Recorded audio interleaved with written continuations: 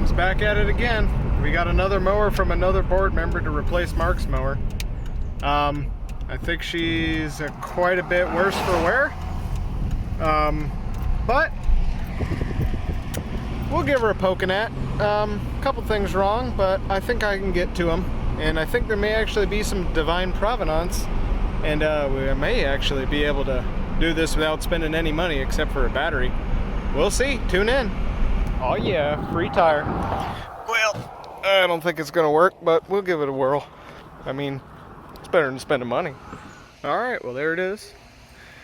We arrived safe and sound. It is a Husqvarna YTH2454T. It's got a 24 horse Briggs & Stratton in. At least I think it was a 24 horse.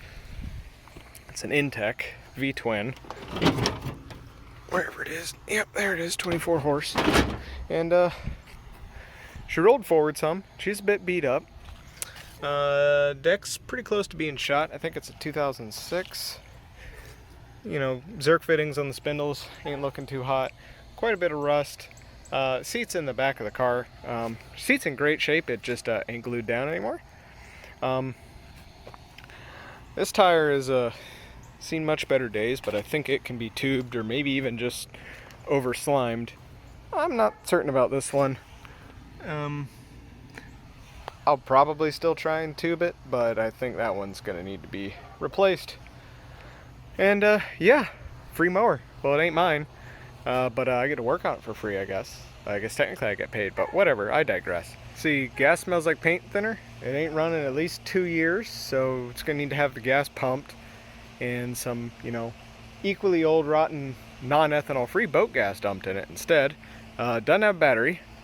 I don't see any obvious meese damage, but there is that spade connector there that's not hooked up to something, so I don't know where the hell that one's supposed to go. But I'm gonna see if I can get this thing running and see if it's worth the salt. And this may be the replacement for Mark's mower, but just looking at it, I don't think we're getting any better. I think it's the exact same age, and I think honestly it's in much worse shape. But it's got more horsepower on the engine, so there's that. And it's Swedish. Alright, so it's a little dark out. I'm giving this thing a provisional once over. Looks like putting 30 psi in the tire has actually made it hold air somehow, which is strange. This has been in there for like an hour now. I may just be able to slime and then tube and slime or something. Put something in there, but I think we can actually save the rubber itself. She appears to have an oil leak in the vicinity of the starter. If I'm lucky, it's just the drain plug over there. Probably not. And it also looks like the oil filter leaks. It looks like that gasket never quite sealed and it was spitting out over there. There seems to be some kind of guide arm back up in here that's just kind of laying there. I think it's supposed to be jammed into one of them holes over there. We'll figure that out, but that bar is supposed to be somewhere. Blades look really small. This thankfully has a little tensioner on it, so that shouldn't be too bad. Park and brake works. Need to glue the seat back on, but it's in good shape otherwise, no meese damage. Let's see, I should be able to suck the tank dry from there. Springs are still there. Thankfully it appears to be fairly low on gas, but yeah, that is well and truly varnished. I mean, it literally smells like mineral spirits. Come on now. Let's see, contacts for the battery don't look too bad. The blades look to be in pretty good shape. That blade does, at least. This one also lived its entire life, you know, 5 foot above sea level, 5 foot from the sea, so it's crusty. Crustier than most mowers ever get. This is that butt connector I was talking about. I don't know what the hell that's supposed to be plugged into, but all of these appear to have things plugged into them, so I don't know what that's about. Oh, and I haven't checked the oil yet. Oh, it's got plenty. Right at the bottom of the hash. So it's obviously not a significant leak, it'll probably self-seal whenever it warms up some, or it'll blow, one of the two. But we'll change the oil and the filters and pull the spark plugs, check the gap. This guy looks brand new from the top, but pull it out and it could be better. We'll probably change that just for our baseline, since this is a, you know, mostly unknown mower. And I'll pull the spark plugs out. I'll do a compression test before I really get any further, though.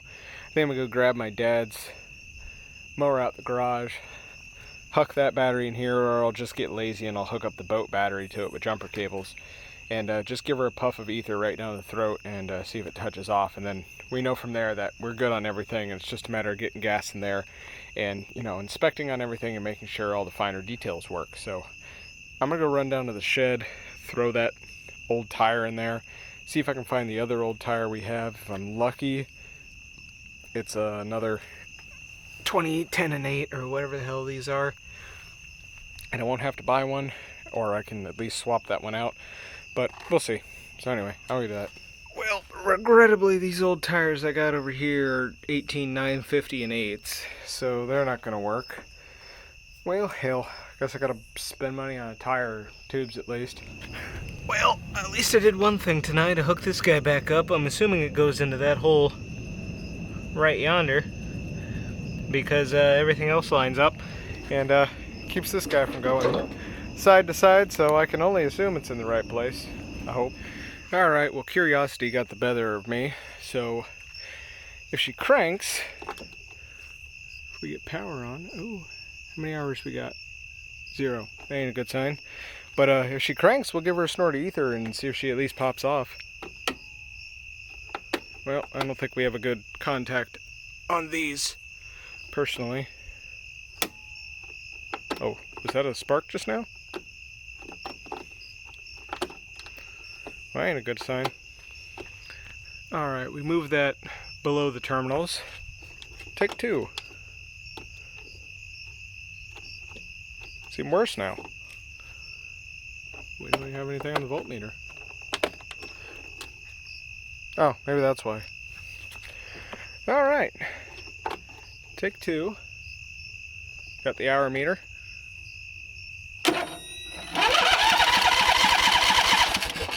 Well, she'll turn. Connections aren't great, but she'll turn, so I think we'll give her a spritz of ether. And see if we got life in this bad boy.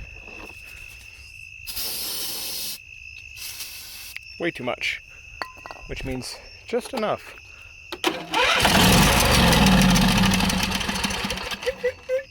Well, we got spark, we got air, and we have ignition. So the only thing left to look at now is fuel, because I don't think there's anything in there but varnish. Tank appears empty, so yeah, so nothing crazy ahead of us. Maybe clean up some battery, maybe redo some battery terminals, get a new battery, change on filters and spark plugs and oil and all that stuff, check spark gap, and clean out the fuel tank, and I think she'll be back in service.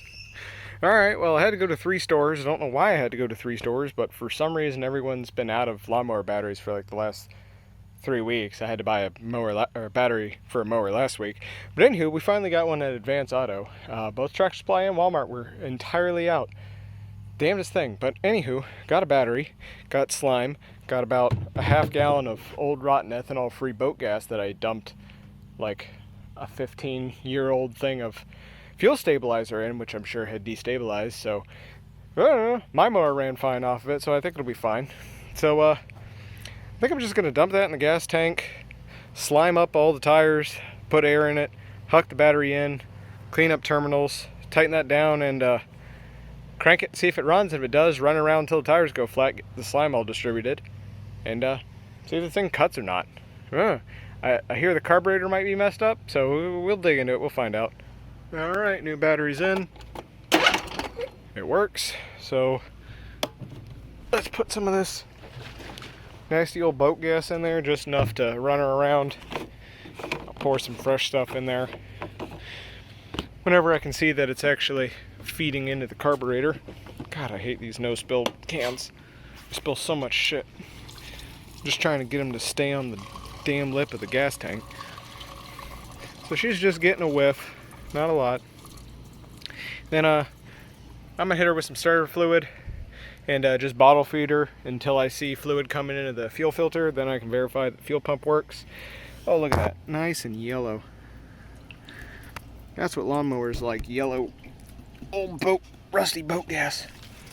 All right. Whoop, that went the wrong way, right onto the electrical. It loves that. Let's crank her up and see if any fuel comes through that fuel filter.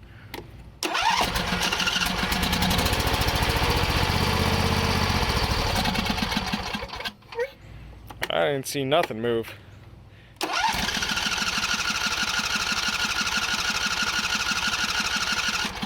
I think we're gonna be here a while. Alright, it seems the gas tank is a lot fuller than I thought it was, because I didn't put much in there and I can already see it. Plus now, when I shake it, I can hear it sloshing, but it wouldn't slosh before, so I guess it just wasn't high enough. I can't see the line on this, so either something's really wrong, or there's just a lot of bad gas in it. I can't get this thing to prime. It really does not like starting fluid. Like, I was getting some pretty nasty sounding knock out of that, so I quit. So I just dumped an unholy amount of slightly better gas straight down the gullet, and we're gonna flood it and just see what happens.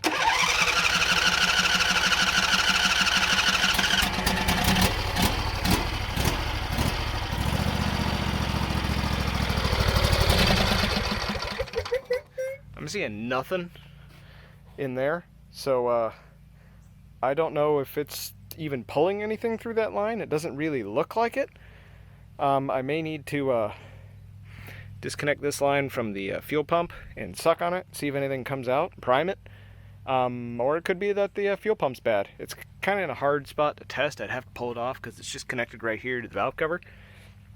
But if you put a hose on that bottom hose right there, that one that just goes from the pump to the valve cover, and you go on a piece of hose, it'll pull fluid through it. So if you do that, and if you like just pull the whole fuel pump off, you know, take this line, stick it in a thing of water, or I guess you should probably do gas, then hook another hose up to that one and suck and blow on that real quick, like something should shoot out of there, and if it doesn't, then your fuel pump's bad. And I think we either have a restriction, fuel pump's bad, or it just has to suck a lot of air out of this. Yeah. Well, interestingly, I have tons of flow through this fuel filter. Like, tons of flow through this fuel filter. But nothing's getting to the carburetor. So that's kind of interesting. So, may have a bad fuel pump. I don't know, I'll pull the other side off. But, that doesn't look like it's getting flow through, considering how much air is in there, but that is very yellow. Oh wow, look at them chong. Oh, that's water in there. It's probably just the old rum. That's going back in the gas tank, but still, I digress. Alright, false alarm. I'm just stupid. I had the choke in and the throttle all the way down, so that's why it wouldn't fucking run. So, yeah.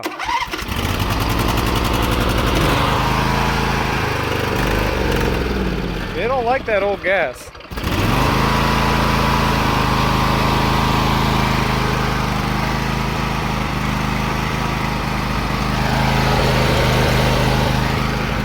Tasty.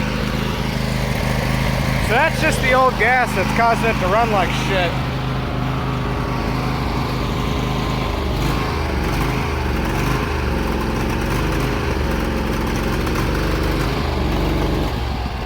Quiet down now. Alright, so before I get this thing hot, I'm going to pull the spark plugs, take a look at them, do a compression test while I got them out. And I don't really understand how gas is even going through there if there's that much air in there, but whatever. Maybe it's just sucking air in or something. I don't know. That's weird. Okay, so I slammed all the tires, 24 pumps in each of the rear, 8 in the front. Pulled both spark plugs. They both look good. They're a little sooty, but, you know, we did just run them rich for a second, so I'll forgive it. Plus, it's a lawnmower. Gap is still fine, right at 30 thou, pretty much. close enough for government work. And just gonna give her a couple cranks and see if we got, you know, pretty good compression. Some of these V-twins go up to like 180. Most normal lawnmowers, it's like 105, so it's gonna be one of the two. We just want consistency between them.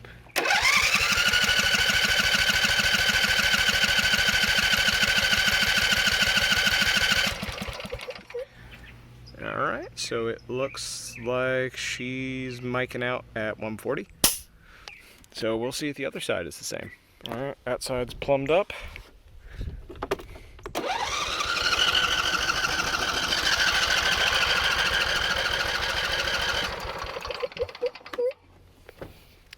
And we have 175. That ain't the best sign. Maybe I didn't do this tight enough. I actually did that twice, and I got 172 last time because I forgot to film. So I'm gonna test this side again. We had 140.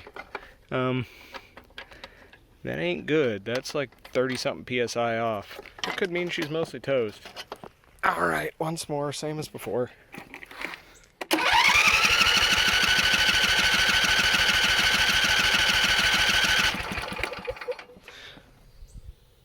Yeah, we got compression issues on that cylinder. Alright, I just jammed a whole bunch of air in there. I don't got much time, it's a hissing. So we're gonna fire it up, see if the transmission works. Good fucking God, seat.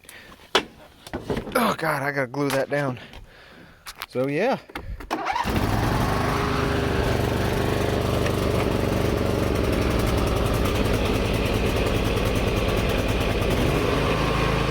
That goes forward. Stops, goes backwards. That's a good sign.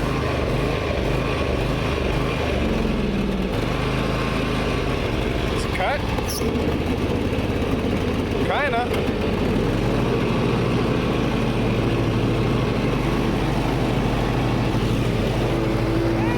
It's doing something. I'm gonna go run it around, get this slime all worked in. Well, it looks like the slime held on this one just fine.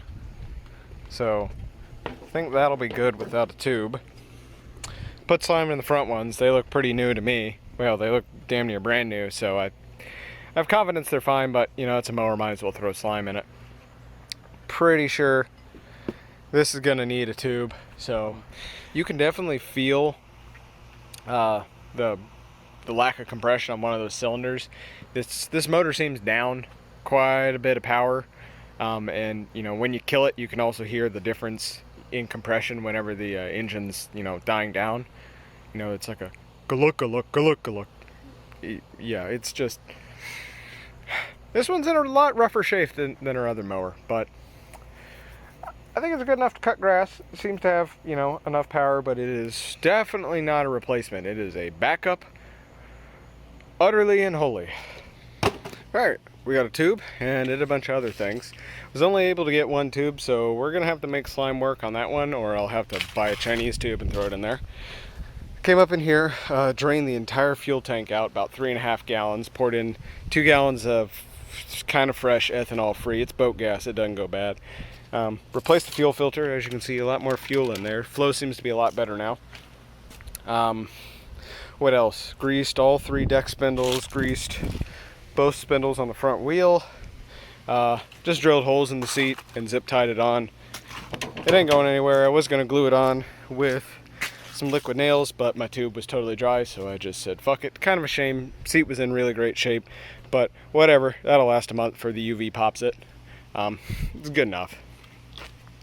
And what else? Put her up on a jack and took both wheels off. It's just one big E-clip, a washer, and then there's a Woodruff key splined on here. So just did that. And like I said, I was only able to get one tube, so I'm hoping I can just pop the bead off. Oh, just like that with my foot. I don't even have to use a tire changer. And I can just jam the tube down in there. Pull out the valve stem if I can, because I'm cheap and I'm going to reuse it if I can, but it'll probably rip, so we'll just have a little piece floating around in there. That'll be fine. You know, it'll add some music to the mower, add a little bit of a tempo to it. Anywho, I digress. Gonna throw a tube in there, hook it all up, prime the system again, you know, get the fresh gas in there, and see if she runs any better. All right, well, that's done. I ain't ever doing that again. Thank God I bought beer while I was in town. Holy shit. So this thing is supposed to be, you know, reversible. It doesn't have a side. Well, turns out they manufactured it like shit, so it had a side, and it was not going to tell me which side it wanted to have until I had 20 psi in it. So I put the tube in there and hooked the whole, or line everything up, hook what little I had left in the air tank up to it, filled it up, and as soon as I got 20 psi in it, it went and just sucked the valve stem in and just pointed it straight down, pointed to the other side. So that was fun. That was like trying to pull a greased eel out of a milk jug with, you know, swollen hands. That was a nightmare. But I managed to get the bead off and up and over and down in there and pull the thing out enough that I could shove a screwdriver into it and bleed enough air out that I could rip it up. And after about 16 tries, got the valve stem puller on it, pulled the valve stem out, squeezed all the air out, ripped the thing out, shoved it back in, put the bead on, wrangled it, got it in there, and now we've got a like 35 psi in it, and it seems to be working. And I have this cool skull valve stem cap, which is the only valve stem cap I've got spare that is wider than the hole in this rim. So I put that on there so that if this tube decides it wants to get sucked in there, it ain't going in there, because I got that on there, and I could shove a fender flare rivet puller under it, pull it up and grab it with pliers, take it out, put air in it if I got to. But anyway, I shouldn't have put slime in there. That was a fucking nightmare. And then it rained. So now I'm going to shove these back on there and spin the mower around a couple times, run into a tree, set on fire or something. I don't know. I'm going to drink some more beer. Oh, God. I ripped my hose reel off the side of my house, too, on top of that, trying to wash my hands. Everything's just fucked. Man, I really need to hook power up to this damn garage. You ever seen a man crush a Sapporo can with one hand? Almost. Not quite. I'm wrong-handed. You try doing that. These things are stainless steel. Oh, Lord, I've had too much to drink. Alright, that's as done as she's going to get today. Seems to be holding air as far as I can tell. So, beer holder is... it's like a 3 out of 10 on my scale. Yeah, I'm going to have to do... I think I'm just going to order, you know, a whole, you know, tune-up kit, spark plugs, air filter, oil filter, and then I think I've got just enough full synthetic 5W30 that I got from somebody. It's one good jug. It's Mower 1 full synthetic, but it's one clean jug and one jug that's like 3/4 full that I don't think is particularly good. I don't know. I've got 2 other jugs of just straight 30 weight. I think I'll probably do that. But anywho, we'll do an oil change some other day, along with the air filter and everything. But I just want to go run this thing around so that the slime can distribute in this tire. I put about 30-something psi in it, so I should have... Oh, that's already down fairly good way, but I gotta go run that around so that can seep in, and yeah, so that I can, you know, get the oil flowing, work all the kinks out, see if that compression comes up, come back, test this hot, maybe. Yeah, I don't know. The only thing I could think of is that the fuel pump is running off of this valve cover over here. See right there? Hooks up to this valve cover. The only thing I can think of is maybe there's a pinhole in the fuel pump diaphragm and it's leaking gasoline down into that valve cover, and that's flowing down through the seals around the intake and exhaust valve, getting into the cylinder, washing the cylinder wall of oil, and either this was a previous problem and it accelerated wear, or it's doing that and it's just washed all of the oil off of that cylinder wall, and because of that, there was no oil on the rings. Rings got sticky, and maybe that's why our compression's low. I don't know. I gotta smell this for gas. It smells fine. Doesn't smell gassy to me, so I don't think it's that problem. But yeah, I don't know. I don't know why this one is way lower than that one, because it's like 20% lower. It's crazy. But it still runs. I don't think it's better than what we already had. If you've got a zero turn and you would like to donate it, hit me up. And yeah, if you're in the Charleston, South Carolina area, I can get you a tax receipt. Probably not, you know, if it's a piece of shit, probably not more than $500. But that's between you and the IRS. But I digress. You'll fire this up, purge the fuel system because there's a whole bunch of air in the line. Although I did bleed it up to the pump, so it probably shouldn't be too bad. And yeah, hopefully she fires up, runs a whole lot better off of some new gas here after about idling for about 30 seconds. And we'll see what happens.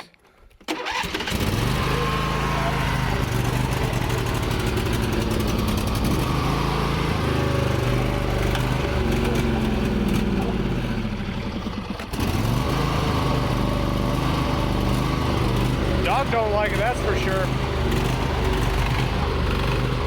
That's been going for about a minute. It's better. Still not good. We may have a lingering carburetor issue, especially with all that old gas.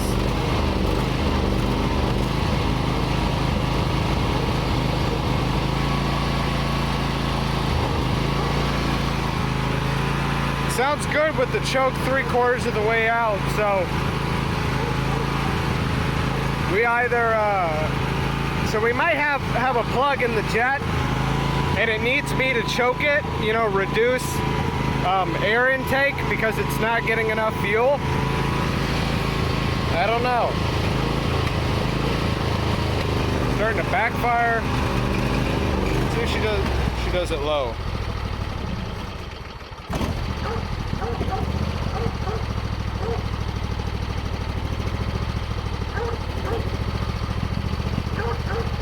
Needs to choke all the way out at bottom throttle. See mid throttle.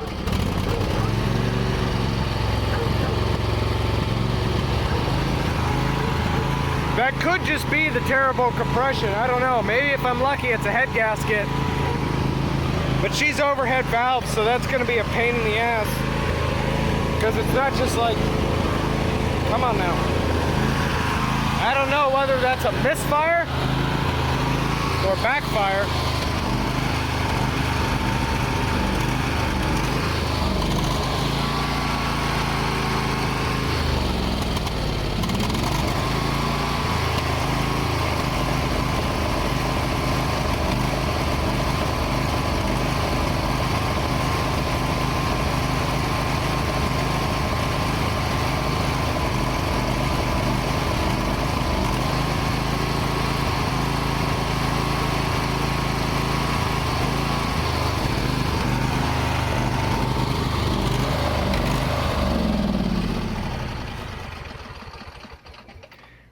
I think she's only running on 1.5 cylinders, if I'm being honest. What if I have a replacement headlight? Oh wow, holy shit. I've never seen a headlight do that before. That's interesting. I think I got one of those in the Mercedes. Alright, well, I got my cheap Chinese endoscope that I'm pretty sure is mining bitcoins in the background while I'm running it. But anyway, we got that hooked up. We're going to poke on in the cylinder and look for any kind of wear, any kind of scoring on the cylinder, and you know, whether or not there's any huge amounts of carbon, and that'll let us know whether or not we have a head gasket or valve issue, or whether or not it is, the cylinder being worn out or something like that. I mean, it could also be rings on top of that, but it's more indicative that it's probably top end in a mower like this. So the carbon in here actually doesn't look that bad at all. I could still see metal poking through and whatnot, but I can see crosshatch on the cylinder wall pretty much the whole way around. I see zero vertical scoring, so that tells me it is in no way, shape, and form wear on the cylinder. And I would think bad rings would probably also, cause some vibration in the cylinder and, show some kind of vertical scoring. This looks really good. We got plenty of crosshatch. I think it is all top end, so my gut says head gasket, or maybe something's wrong with one of the valves, but we'll probably have to look at that. Alright, now the engine's a little warmer. I ran the compression test again, and it looks like we're getting a little over 150 now. So having some heat in it is making a difference. I don't know if it's just an oiling issue or what, but I think we'll go try the other one and see if that's, pushing 180, 190 now, or if something good's actually happening. Okay, now that we got some heat in it, this one's pushing 185. Well, I think, it got to 185, so yeah. Definitely mechanical, not just oil or heat. We gotta look into that, probably. Or we'll just ignore it. I don't know. We'll see. Alright, well, I got the Chinese endoscope back out. We're gonna check the other cylinder. Well, this one ain't looking bad. I see vertical scoring here, but it's very light, very faint. I can still see the cross hatching all around it. So I don't think it's a wear issue. Since both cylinders look the same, I don't think it's rings. I don't think it's a wear issue. Well, it's definitely not a wear issue. I'm thinking this is top end, so I'd like to say it's just a head gasket, but it could be valve adjustment. I don't know. We'll have to see. But it's not in the cylinders. It's not the block. All right, let's fire her up, run her around, see if she gets any better with age.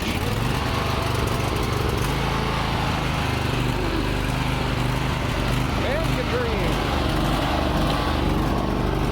Man can dream.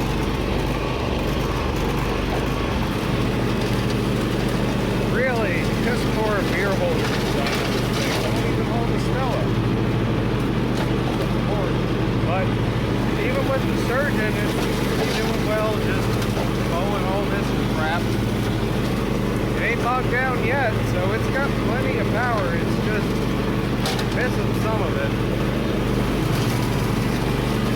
Well, we've mowed about 1 3/4 miles worth of garbage. This is probably more work than this mower's ever done in its life. And surgeon is still there.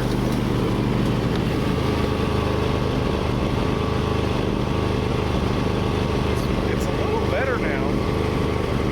Now it's all heated up and whatnot. But it's still clearly surgeon. I gotta give it about, that's about a 1/3 choke.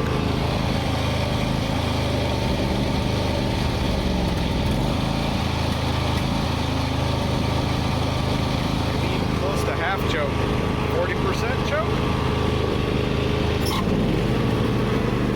but it's still working. It's not going to clear up on its own, so it's either that asymmetrical compression, the carburetor, you know, having a plugged jet, or both, one of the two. Well, it's definitely running better when hot, but it still ain't running great.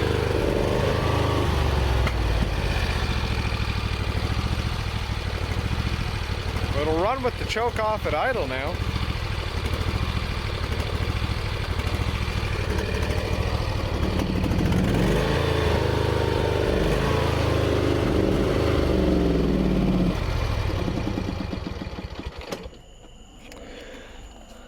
All right. Well, I think she might have a couple other things wrong with her. Compression again, for sure. But may have something up with the carburetor. I think we may have a fuel flow issue, plug main jet or something like that. I don't know, or just general restriction at the needle and seat. That that's probably honestly more likely is something up with the needle. I don't know, because I know the air filter is kind of clogged. So the fact that it's acting like it's running lean and it needs choke, so it needs less air, to me says that there's some kind of fuel restriction in one of the circuits. Don't know, it did sit for 2 years. Don't know if it's ever had a carb cleaner or a carb clean. So I think I may order a carb rebuild kit, as well as a head gasket and a valve cover gasket. See if I can pop this one off, inspect it, maybe adjust the valves. And let's see if these held air at the very least. That one's fine. That one's down a little bit. But, still plenty. So I think the slime might be doing something. We don't know. But I'll just keep pumping slime in it and air and running it. And until something happens, and if it keeps going down, then we'll tube that one too. God, I hope I don't have to do that. Alright, so to try and diagnose this surging, there's a couple things I'm going to do real quick before I have to buy anything. First things first, I'm going to disconnect the outflow from the fuel pump, just hook up a piece of 5/16 fuel line to it, route that into a container, and just see if we have good, flow through the fuel pump. If we do, then we know it's not a fuel supply issue.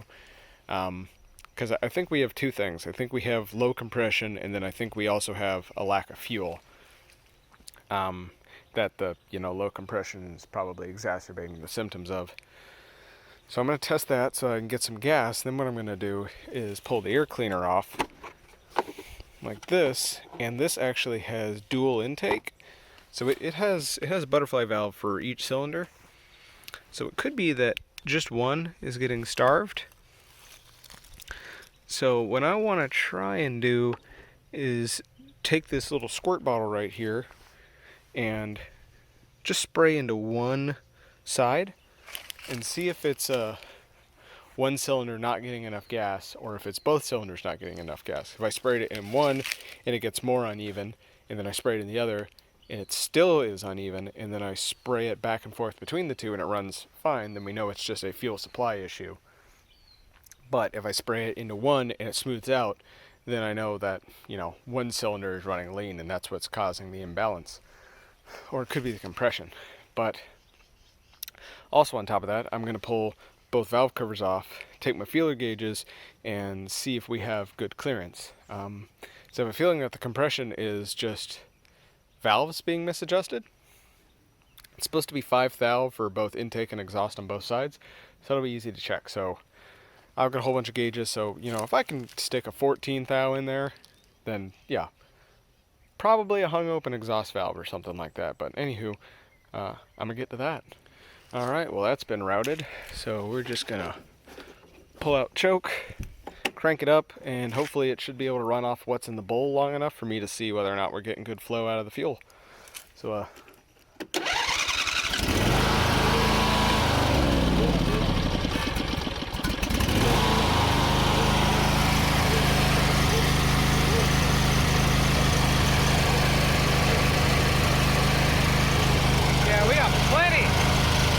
yeah, we got plenty of fuel flow from the fuel pump, so that is not the problem.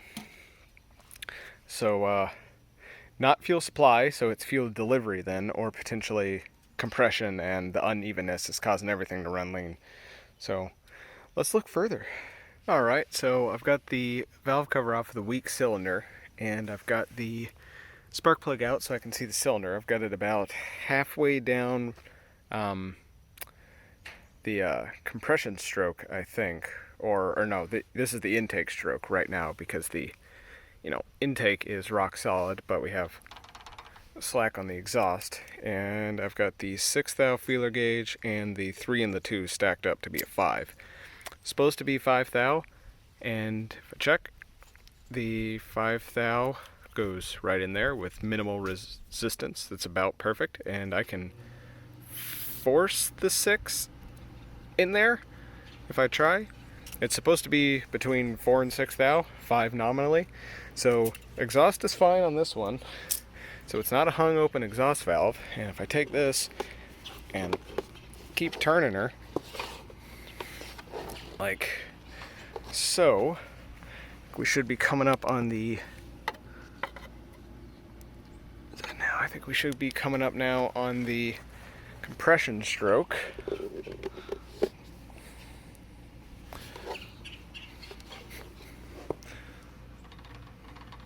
Right now, I think, yeah, so I think just a little bit more, and that should be max play on the intake valve. If we take the 5 thou feeler gauge, goes in there with just a hair of resistance, and if we try the 6 thou, pretty much the same. So both of these are fine. It is definitely not the valve sticking, that's for certain, which means it's probably head gasket then, because that or rings. Cylinder walls look fine though, so it ain't the best sign. So I'm gonna clean all this dirt I got in there off, put the valve cover back on, hope the valve cover gasket stays, and maybe we'll just fix the carburetor and ignore it, because I really don't want to have to do a head gasket on this bear. It's more than I want to do on this mower that's not mine. Alright, that's all back on. Now let's fire up, squirt some gas down the throat, and see if it's any better with me just jamming a bunch of gas in there. and whether or not it gets better if I spray it on one side versus the other. So here goes nothing.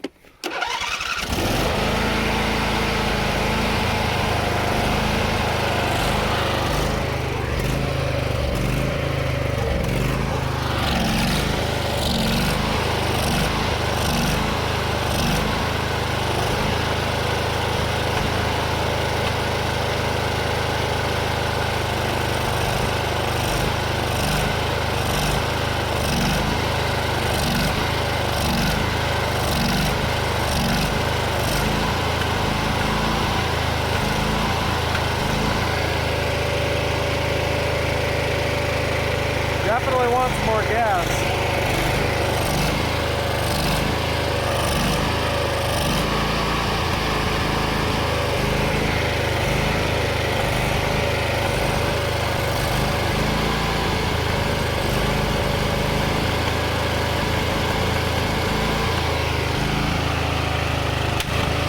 Woo, backfired. Okay, so I'm thinking main jet. Definitely lean, seems to want fuel.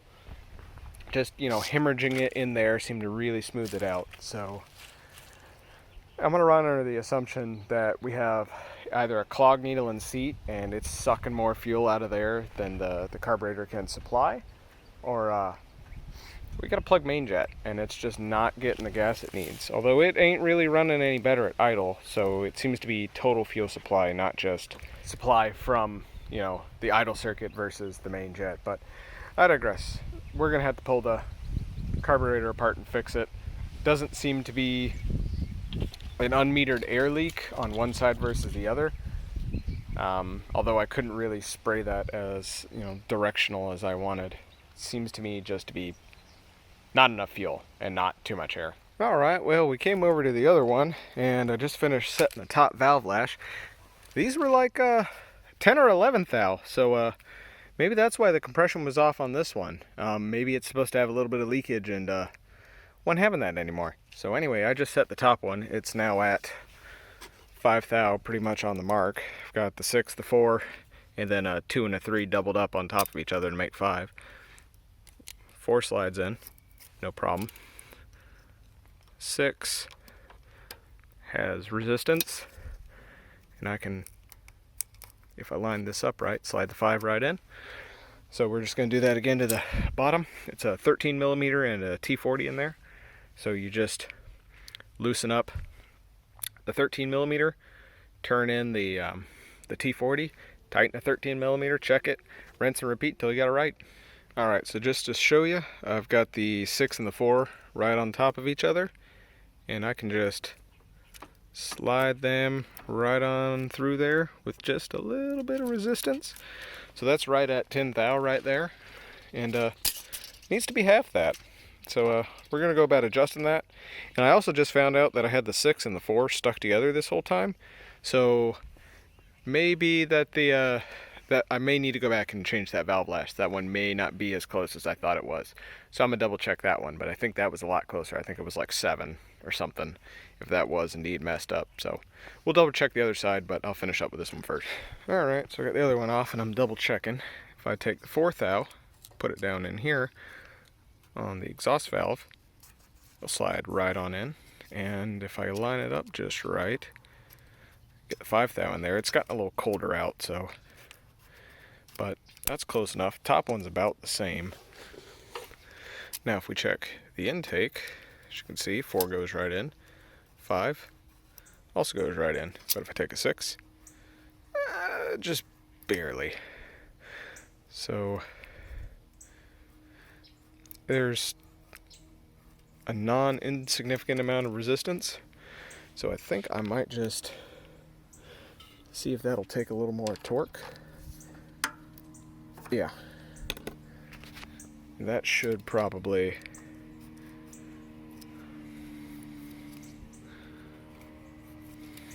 well, it's enough. I'm willing not to mess with it. I'll put a little bit more torque down on this one up here. I'll leave this one as is, but this one's closer to 4, this one a little closer to 6, but that's totally within spec. So it was the other side with the high compression that was off. So I think I'm gonna fire this back up and see if it continues to surge or if it runs at least a little bit better. It's clearly a fuel delivery issue, but it might go a little bit better now. All right, well, it's getting dark, and it's now like 60 something out, so let's see if this thing will even fire up and whether or not it runs any better.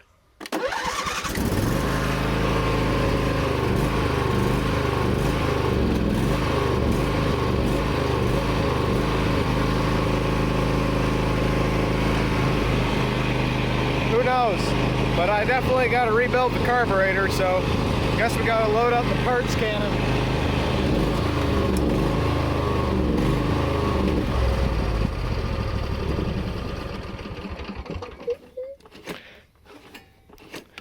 Yeah, she ain't in a good way. No, sir. Alright, so I did a little bit of research today when I actually had the time, because I've been working on this basically in the afternoons since like all weekend, and I haven't even actually looked up anything for this mower. So apparently this issue that I'm having, the surging, is a common problem with these Nicky carburetors on these Briggs & Stratton V-twin intakes, and apparently it's just a plugged main jet. Apparently it happens all the time for some reason. So I think I can actually pull this grate off the top of the flywheel, pull this cover off the top of the engine, and I think I might just be able to just take the top plate off of the carburetor and poke a needle down both of the main jets, and or shoot some carb cleaner down there, and then immediately fire it back up and see if the engine runs better. And if it does, then I know it's just crap in the main jets, and then I'll pull the carburetor out and clean it. And if there's no difference, then I know it's not the main jets, and I'll get a whole rebuild kit for the carburetor and go through it with a fine-tooth comb. But I might get lucky, and I might just be able to blast or poke a stick down the main jets and blast some carb cleaner in there and knock all the crud out of the jets and have this thing run like a champ in no time. I'm also going to pull the spark plugs again and test the compression now that I've adjusted the valves. I think the valve cover gaskets may be leaking. I think it is just residual, but I don't know. I'll keep an eye on it. And that tire is not holding air entirely, so I'm just going to fill it back up, and we'll keep pumping slime in it until it does. That's usually what happens. But, you know, once we get to an absurd amount of slime, I think I'm going to have to buy a tube for it. But it's kind of holding air. It's just not holding it long term. Sometimes that just requires time, and eventually the slime will do its thing. It just has to get enough in the right places. So if I can get this engine running correctly, I'll, cut half my yard or something. Who am I kidding? I'm not cutting half my yard. That's too much. I'll cut an acre of my yard and see if this thing does any better. So without any further ado, I'm going to loosen up all 4 of these cover bolts, pop the cover off, as well as take all the 4 off of the grate up there. But before I do that, I'm going to pull spark plugs and then test compression, and we'll see if we're even now that I've adjusted the valves. Considering this one was really loose and this one was really tight, I'm wondering if they're going to be worse now. I don't know. We'll see. Okie dokie. The, what is this, left cylinder is now reading 155 after I adjusted the valves. So I think we actually made the compression worse on this side, but, the valves are adjusted correctly. So that means that the, valve opening and closing timing is a lot better. I also noticed that the plug is a lot cleaner on this side since I adjusted the valves. So I think that may have done it good, and that it actually had high compression on that side rather than low compression on this side. So I'm going to hook this one up now, test this side, and see if they're now even. Contact.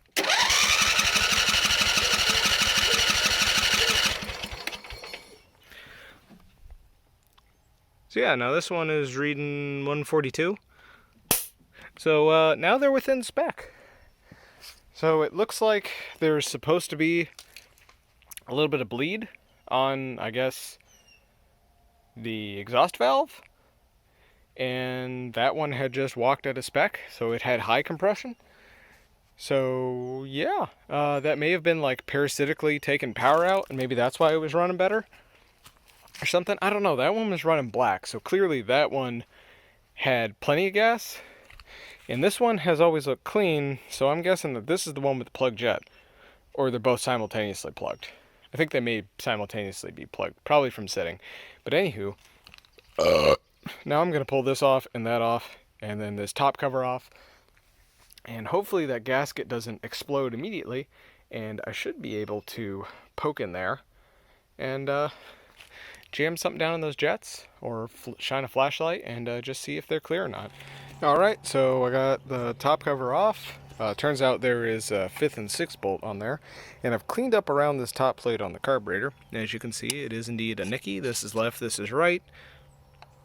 And if I take this top plate off right here, these 3 Phillips / flatheads off, I can see the primary passageways down into both barrels as well as out of both jets, and I can check to see if either of those are full of varnish and general mayhem.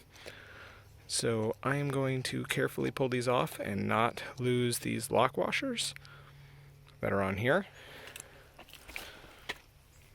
Always have a magnet handy when working on carburetors or any other bullshit like that. I can also get in here and check all of our gaskets look fine. And if I can get down in here and not dump 600 pounds of shit in here, which I should hopefully be able to do because these passageways don't take up this entire top plate. It's just sort of a couple little channels underneath this. It's just much simpler to manufacture one big ass top plate with one big ass gasket. And hopefully I can just pop this off and not drop this into the grass. And we can see a big old pile of crud in here. Alright, it looks like the gasket might fight me, which is not a good sign. But it should be good enough to reuse, at least for now. I'll have to add that to the list. So yeah, I don't see anything super obvious right this second, but those are the main jets. And I think theoretically if I shine a flashlight down in one, you should be able to see it come up the other one. And these are the barrels right there for the intake. And I did get some dirt in there, so I'm going to clean that out. And I'm going to poke something down into both of these, just to make sure that they're not clogged. And then we'll run it again and see if it does any better. Alright, well I just realized that the shutoff solenoid down here is probably blocking these jet passages. So I'm going to see if I can cut this into the on position and get that solenoid on, and see if that'll allow me to see through either of these. Well, it doesn't look like it's doing it, but having that solenoid open should allow me to spray carb cleaner from one side into the other, so we're going to do that and hope for the best. And if it comes out the other side, then that's a good sign. Well, it's not. Oh, that one actually is. I think. That is going everywhere and into my hair.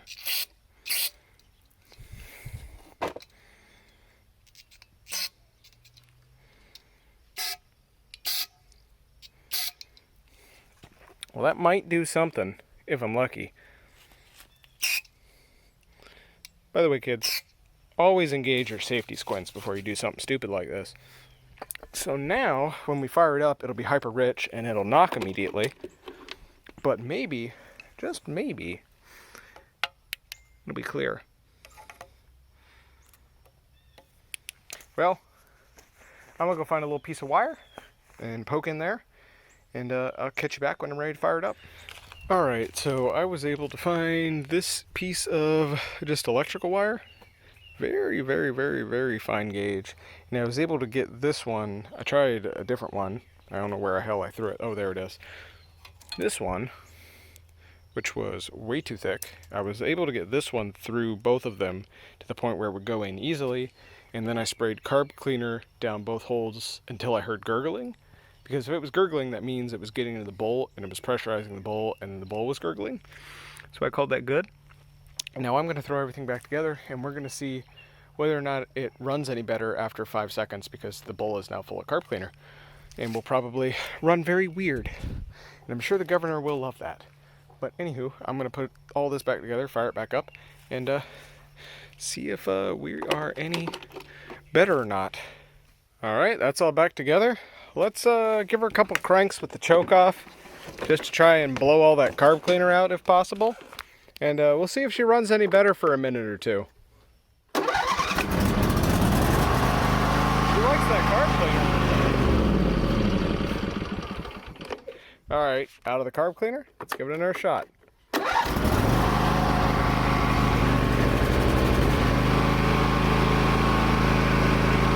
Like a dream.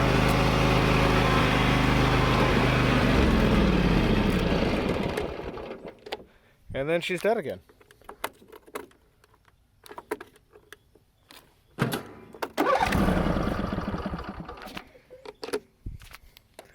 It's kind of chilly out, so gotta forgive an old girl.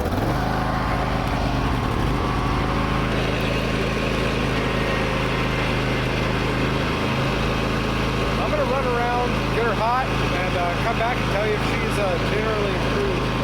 Seems to be starving for power under load a little bit. So anyway, she won't run with the choke all the way on now. Still seems to run a little bit like a quarter choke.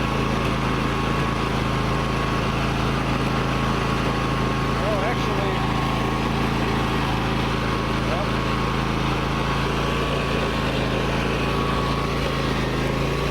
Uh-oh. Well, no wonder we lost power. Well, anywho, I gotta fix that, which is gonna be fun. This is why I don't like these unlimited slip hydrostatic transmissions. But anywho, engine seems to be running just fine, but it is surging with the PTO engaged.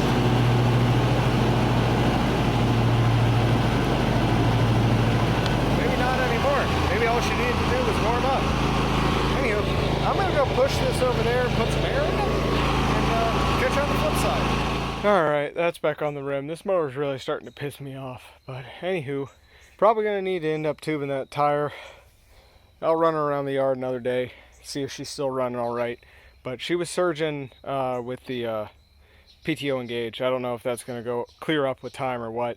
But probably would be cheap insurance to rebuild the carburetor some point here in the future. But I'm just trying to get it to a point where it'll run right now.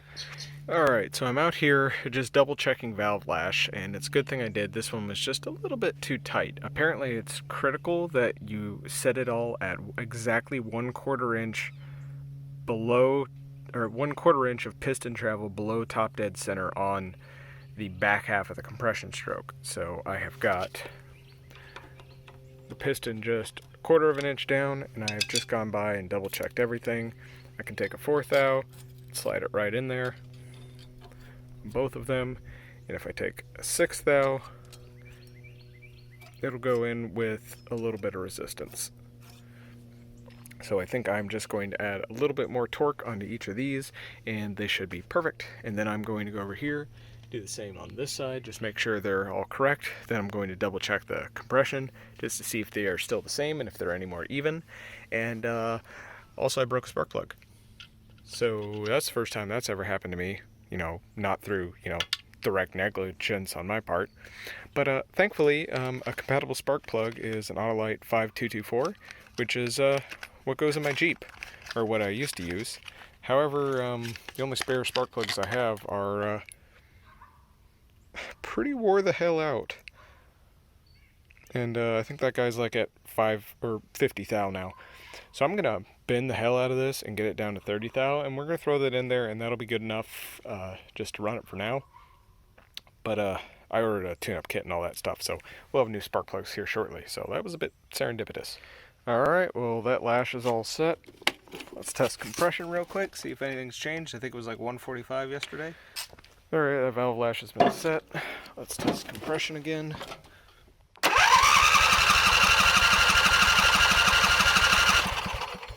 same as it was. Once more, same as before.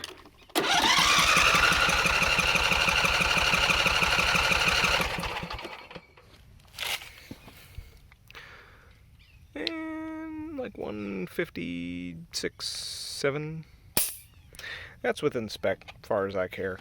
Alright, so it's getting dark, so I'm going to cut it short. The replacement spark plug, although in terrible condition, I was able to gap it after much fiddling, and it works just fine.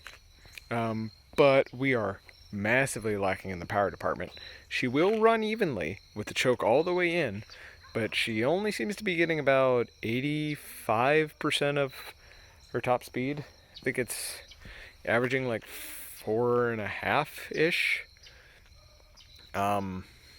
But it's not getting all the way up to the 5.8 that's advertised. I don't expect, more than 5.5, but we're about a mile an hour short, so that's like, what, like 15% or something like that. So we are lacking in, and that's just unloaded, just going with the transmission on flat level terrain. If I have the transmission at full tilt with the choke all the way in, and I engage the PTO, the engine dies. It just putters to a stop and dies. So we are definitely lacking in the power department. Under load, it just is immediately starved for fuel and dies, and it won't restart unless I put the choke on after that. So definitely leading condition. Thankfully, I just ordered a carb rebuild kit, a full tune-up kit, another tube for that tire, and I think some oil too. And so we're going to do the works on this thing after that. New spark plugs, do an oil change, do a new air filter, tube up that tire, and pull the carburetor and rebuild the thing. And if that doesn't work, buy a new carburetor and replace that. And yeah, but for now, that's all I can do. Valves are adjusted. Compression is now good and even. Tires have, as much air and slime in them as I'm willing to put. And we have 2 spark plugs again. So she's going to sit here for about another week or 2. And we'll fill with her again whenever I have parts. And I also put about 3 gallons of fresh non-ethanol free gas in there too, to mix with all the other stuff in there, just in case that gas I put in there was a little stale.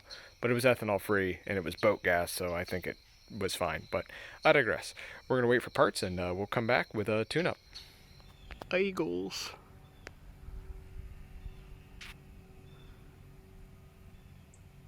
Alright, so I ordered up some parts and they came in. We got a tube for the other tire. It seems that now that I bought the tube, it is mostly holding air. I put about 30 psi in it. It's down to about 5 now, so it's still not fully sealed, so it wasn't a complete waste. Plus I got it a little bit cheaper in the other one off of Amazon.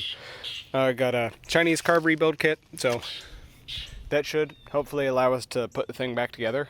Mostly alright. Mostly just got that because the gaskets are deteriorated, so if I pull it apart and clean it, I'm not going to be able to get it back together, because I know I'm going to have a fiber gasket that rips in half. So that'll help us there. Got a new oil filter. It appears to be the correct size, but it has a little bit lower capacity. Seems to be about an ounce and a half smaller. Don't think that's going to make a difference on, a tiny little lawnmower engine, but we won't worry about it. New air filter with pre-cleaner, because we're missing the pre-cleaner on the other one, and the air cleaner's dirty. New fuel filter, I already did that. And new spark plugs, and I'm going to try not to break these after I verify a 30 thou gap on them. So I've already loosened up spark plugs and the housing up here. We're going to do the air cleaner after we do the carburetor. So just huck that guy out of there, throw you on the ground, and oh, I still got to do that. But anywho, we'll work on all of that. I'll get the oil draining while I work on all the peripherals. And yeah, we got 3 flavors of oil. I bought a 48 ounce thing of Briggs & Stratton oil because oddly that was incredibly affordable. It was like $7. So yeah, it's the cheapest thing I could get offline. I wasn't going to be able to get to the, brick and mortar store in time. And I got 4 ounces of this Ace oil and 20 ounces of this like 30-year-old Pennzoil. So I think I'm going to throw those 2 in there and then finish off the rest with that. And that should do me just right. That'll be 52. I've got most of this. 16 plus 4, 20. It'll be 68, so I'll have 4 ounces left over in there. I could probably just dump both of those in there and call it a day. But anywho, we shall see. Alright, so the oil's draining, and it's pretty damn black. So it was a good thing we're changing it. Doesn't look, don't see any shiny bits in there, but, it's black. It's still viscous though, so I think it was straight 30 weight that's in there. I'm kind of torn on these little, twist and pull oil drain doodads. They seem really fragile to me, but, they're really convenient, except for the fact that manufacturers never make them long enough.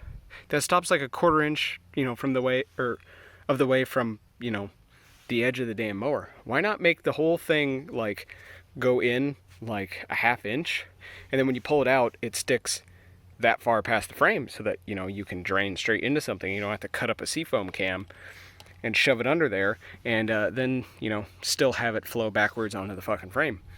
Really annoying. Don't like that. But make do with what you got. So I need to do this actually. Take that off, and we'll sit there and let that drain while we do some spark plugs and look at lizards. Watching you, little bugger. Check out that sick chrome skull valve stem cap. Anywho, I checked the other spark plugs. They were a little tight, so I opened them up to 30 thou, and yeah. Alright, there's this guy out. And these are Savior brand.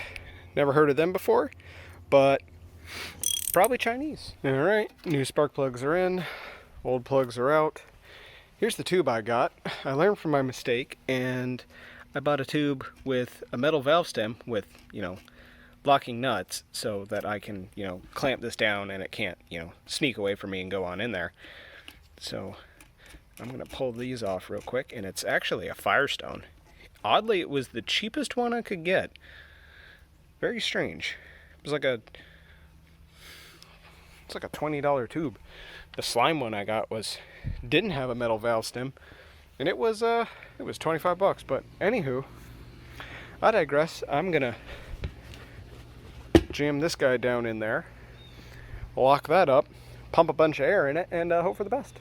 Alright, so the carb is mostly off. Oil has been changed, put in exactly 64 ounces. And if we take a dipstick, you can see I could not make that any more perfect. It is dead on the top of the hash mark. So anywho, that'll go down a little bit when we fire it up, and it'll probably leak a little bit more out. So I put in 63, so I'll probably dump in a little bit more of that, and we'll have that lying around to top it off. One little thing on the carburetor, I've got to take the choke lever off, and I don't even know what size these are. These are like 2 millimeter or something. I have never seen a nut that small. That's like 3/16 or something. So hopefully I have a hex somewhere that I can use for that. And looking in here in the intake, it is a pretty damn horrible looking. Like, that is some nasty intake valvage. But, lawnmower, so what can you say? But, yeah, I might run some like Berryman's or something through here. I don't know. I think I've got some seafoam intake cleaner I might spray or something. But yeah, that's a little fouled up. But anywho, I'm gonna try and get that off. Oh yeah, by the way, when you disconnect the main fuel inlet from the carburetor, it'll gravity feed just straight through it. So take a 1/4 inch socket adapter extender and just jam it in there, and that'll plug it perfectly. Also, I got the tube over here in this tire. I still got to put some air in it, throw that back on. I think I'm going to do that first. And then go figure out what that hex is, pull that off, rebuild and clean the carburetor, throw it back on there, and we may be done by the end of the day. I don't know. I'm running out of light pretty quick, but it's only like 4:30, so we shall see. All right, carb's out, little bolts are out, choke lever's off. They are 7/30 seconds, in case you're wondering. I actually have down to a 5/30 seconds, so better watch out, tiny bolts. We'll get you here eventually. I couldn't have done that again if I tried. Well, I'm over here putting air in the tube, and I had an interesting little mini heart attack there. So I was pumping air in here, and it was blowing out around the valve stem into my hand, and I would take the air hose off of it, and it would hiss, and I would put my finger over the valve stem and nothing would come out, and I was like, what the hell is going on? Oh Jesus, they sent me a bad tube. And then I would press on the bead and it would hiss around the bead, and then I finally realized this tire actually seals well enough, unlike that one, that the air can't actually escape through the giant cracks in the sidewall. So it's only got one way out, and that's this little gap right here on the side of the valve stem at the valve stem hole. So actually, tube's fine. It's just air is escaping, but it's only got one place to get out because the tire's in not absolutely terrible shape. So I'm just going to put as much as my shitty old broken, whatever this is, Northern Tool air compressor will do. Because it only puts out like 10 psi of pressure. It'll do more, but it's just got really low flow through. And I need to pull the regulator apart and figure out what the hell the problem is, or buy a new air compressor. Probably the latter. Alright, other tire is back on and it appears to be holding air. I have wasted half a can of carb cleaner. Probably more, probably 3/4 of a can, because I had about a quarter can left in there.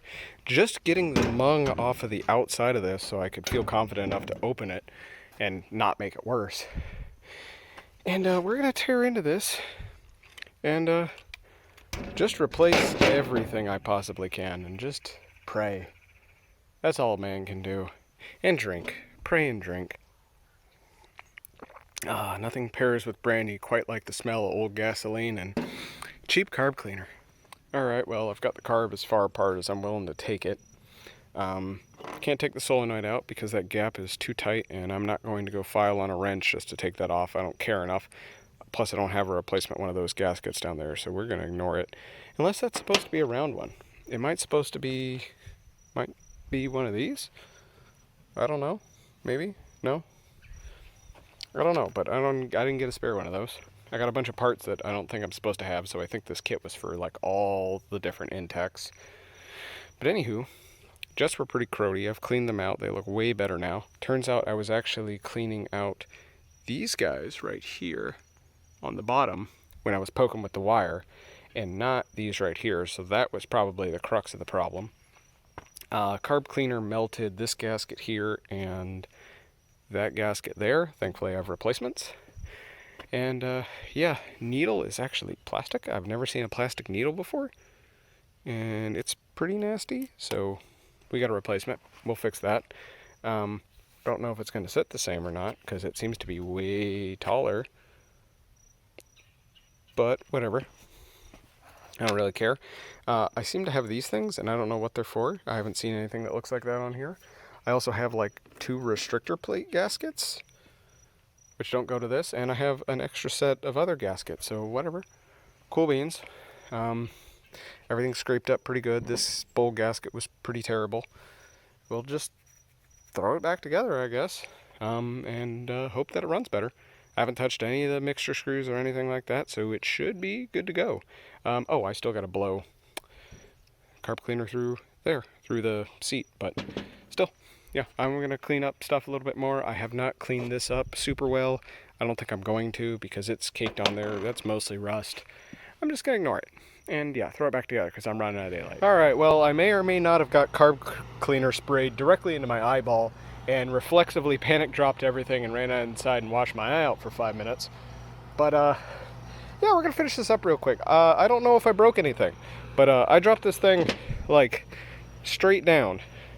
So I was cleaning these guys out, I think. I was cleaning one of these out, I think, and then I just dropped it straight down. So I probably fucked something up. And we'll probably need a new carburetor, but we're going to throw it back together and just pretend. Oh god, today's a long day, and tomorrow's going to be even worse. My eye's already burning. Where are your safety glasses now? Now I'm doing that. Normally I do that, but sometimes you drink a little too much brandy and then you forget. Yeah, I deserve that. Yeah, I'm going to do that from now on, again. Alright, that's all back together, and I can still see out of both eyes. And I have no idea where the hell all of these went, except for this guy. I'm pretty sure this was for solenoid down in here. But yeah, I don't know what the hell all of that is for, except for these.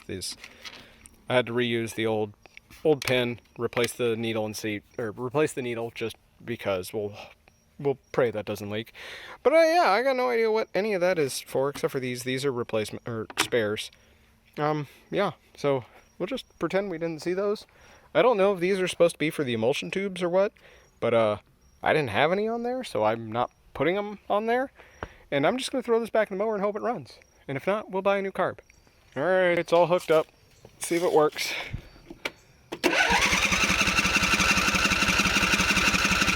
Come on now. Well, oh, I didn't put the choke on. Maybe that's why.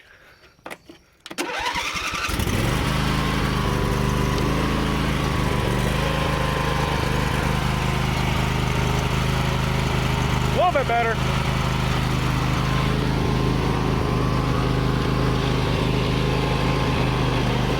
Oh yeah.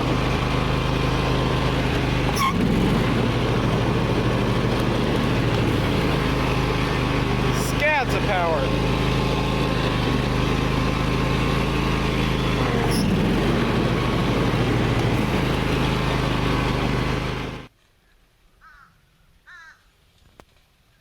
Caw. Alright, well, I've been out doing a little bit of cutting with it, and it seems to cut really well, but a couple minor things. One, I really don't know what shape this was supposed to be in, but it's not. It's in the wrong shape more now. If you run into something, this thing just likes to fall out. I think it was bent up when we got it, so it was not staying in, and I got to figure out, what this is supposed to look like, and put it into a little bit closer shape, because I just bent the hell out of it because I bumped into something and this pulled out, fell down, and backed up, and it went right into the ground like a kickstand and then bent. So that's got to be worked on. Also, I don't think the anti-backfire solenoid, the fuel shutoff solenoid, down on the carburetor that I can't show you.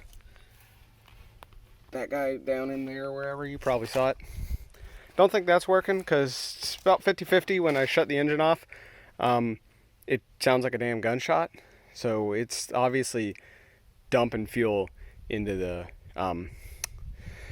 exhaust when it shuts down, which is what that anti-backfire solenoid is supposed to do. And that's also supposed to shut, fuel flow into the carburetor bowl off.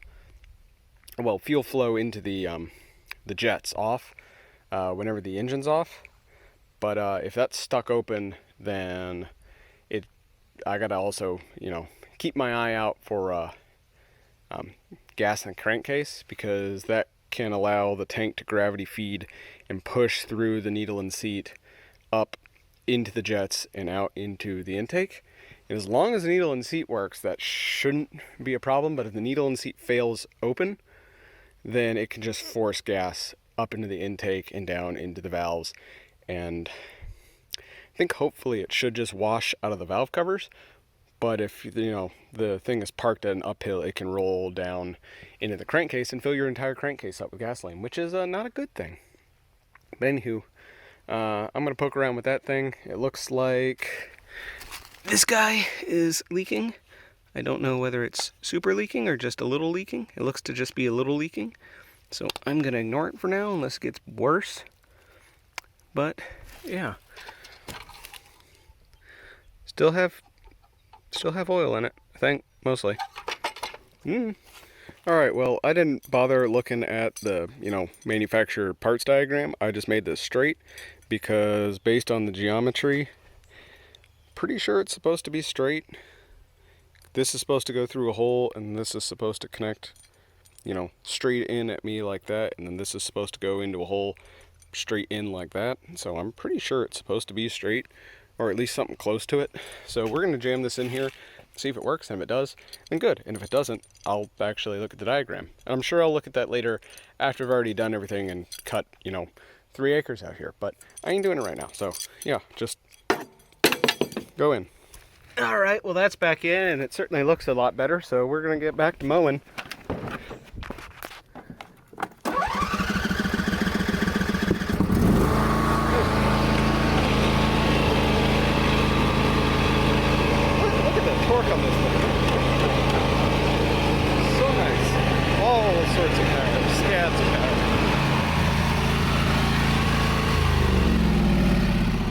22 backfire. You gotta give it a second. There it is. Whoo, boy, that's loud. That's like a 22. Anywho, mower cuts great, except for the backfire solenoid doesn't work. Picked up a camellia, it looks like. Neat. And, yeah.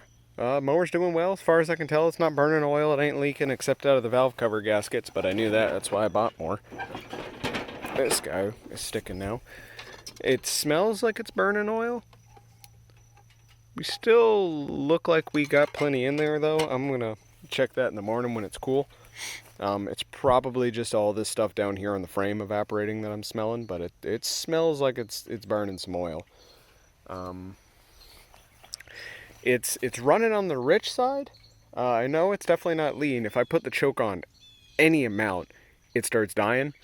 So, well, I can put it on a little bit, like a quarter, and it doesn't seem to make much of a difference. But if I pull the choke halfway out, it starts dying. So it's not lean. There's no way in hell it's still lean. That guy down there, I think, stayed in place. Yep, still down there. Cuts great, plenty of power. Blades are basically brand new. Don't really like the turning radius on this. Don't really like the deck design. It's kind of a cheapy deck. And it's just not as quick as the John Deere. I honestly, for all the grief I give that John Deere we have, I like it a lot more. It's a beast. It's a, sickly dying beast, but a beast nonetheless. This is like a tamed animal. I don't know. Anyway, tortured analogies aside, the mower seems to be doing great, and we just got them a couple little, minor things, valve covers, headlights, and I'm going to pull this over to the house and just spray the hell down out of the entire thing, just soak everything in water, just to, get all the chunks and all the dust and everything off of this, and maybe, just maybe, we'll pressure wash the exterior here tomorrow. We shall see. Alright, so I built a picnic table, but I also got parts in. Didn't realize Peak even made light bulbs, or that I'd bought Peak light bulbs, but I did. And we have new headlights in both. I just realized there's a big fat pile of dirt inside both of these headlights, so I'm going to ignore that, because who the hell uses headlights on a lawnmower anyway? But I digress. Also got the head gaskets in, so that's what I'm getting ready to do right now, just because I noticed that they're kind of leaking a little bit. We had a good bit of rain last night, and I also washed it, and it wouldn't crank back up after I washed it, probably because I just sprayed the entire inside of in here. So she may not start up today, but if possible, I want to warm it up and just boil off all this water, although it's probably going to rain again tonight. Also, kind of a design flaw in here, but just holds all sorts of water right there. And this just is right onto the tire. I don't know why there's not just a hole in there, but I digress. I'm going to pull these valve covers off, replace the gaskets, slap it all back together, and crank her up, run around for a minute, and dry her off a bit, and it's time to throw her on the trailer. Also, before I forget, I need to check oil with this thing cold before I crank it. And it looks like we were burning some oil, or at the very least, I didn't, fill it quite. So I'm gonna add another like 3 or 4 ounces of 30 weight, and we'll see if that goes down. But we might be burning oil. I don't know, that's something I gotta pay attention to, but I'm gonna top that up right now. All right, so one valve cover gasket done. I'm working on the other one, and I just noticed something that I'm probably gonna have to address. And that's this big fucking hole in the vacuum line for the fuel pump. So if you don't know how one of these little lawn or small engine fuel pumps work, it's that they actually run off of alterations in crankcase pressure. So there's relative periods of high pressure and low pressure in the crankcase. So the way that this fuel pump works is that it is hooked up to this valve cover gasket with this hose, and so it is connected, pneumatically to the pressure of the crankcase. So when this piston goes down, it sucks, as the pistons go down into the crankcase, they displace air, so they push air up through the oil passages and everything, and the crankcase becomes pressurized. You all know what a positive crankcase ventilation valve is, and that allows, positive pressure to get out of the engine, and then, negative pressure will just seep in with the intake and all that other stuff and go past the rings. So what this fuel pump does is it harvests that, and so when there's a relative, low pressure in this, valve cover, it pulls this diaphragm in here down. And then when there's a relative positive pressure, it pushes it back up. And it just basically does that every time the pistons cycle, and that's how it pumps fuel. So if you have a big fucking hole in the side of the hose that supplies that, you might run lean. But, I think this one is just high enough up that it's on that barb. So it's not like it's a massive leak, but this is kind of a proprietary grommeted thing and all that. Probably gonna have to fix that, and I'm just remembering I need to work on the backfire, because that's not ideal, for a lawnmower that's going to be used by volunteers in a semi-public setting. Having it sound like a gunshot every time someone shuts off this mower. So I got to do something about that. Should just be able to pull this bowl off and mess with that, but I digress. So I think I'm just going to wrap this in electrical tape and pray. I'm probably going to wrap it in electrical tape and then put a zip tie on it after I put it back on, and that should be good-ish enough. And then I'll see if I can order up one of those, and if I can get one of those for like $5 or something, I'll do that, and then get another solenoid in there. So yeah, we'll see about that, and I'm going to finish throwing this back on here after I tape that up and whatnot. Alright, so here's what I done did. So, just took some electrical tape, wrapped it about 5 or 6 times around the upper half of this pneumatic tube, and then I just took a zip tie, double wrapped it so that one of these loops is outside of the barb and the other loop is inside of the barb, or opposite of what I just did. And then it's crossed over on the front, and then you just tighten that down, and that'll be slightly better. That'll keep the electrical tape from backing out. The electrical tape should provide enough of a seal for the fuel pump to be functioning beyond what it needs to be doing. And I'm going to look into getting another one of those, and hopefully I can get one for under $10. And we'll just add that to the list. And I'll look into getting our backfire solenoid too while I'm there. And I think I'm probably going to need to do that to this mower on top of everything, so I don't think it's quite time to take it back, which is good because I need to use the trailer to move this picnic table. But anywho, I just put 5 more ounces of oil in this thing on top of what I did originally at the oil change. I put 2 in, and it was right at the bottom of the fill mark, and I just probably lost like half an ounce of oil from the valve covers. So yeah, and we're now bang on after putting 5 ounces. So I did I did 68 ounces of oil, and I probably lost a half ounce to an ounce in total of stuff from the valve covers. So that tells me that we burned, and we were right at the top before, and if that's what if 3 ounces takes it from the bottom hole to the middle, so we're still 3 ounces low. So we probably burned like 10 ounces, or were just that short to begin with. That's a lot.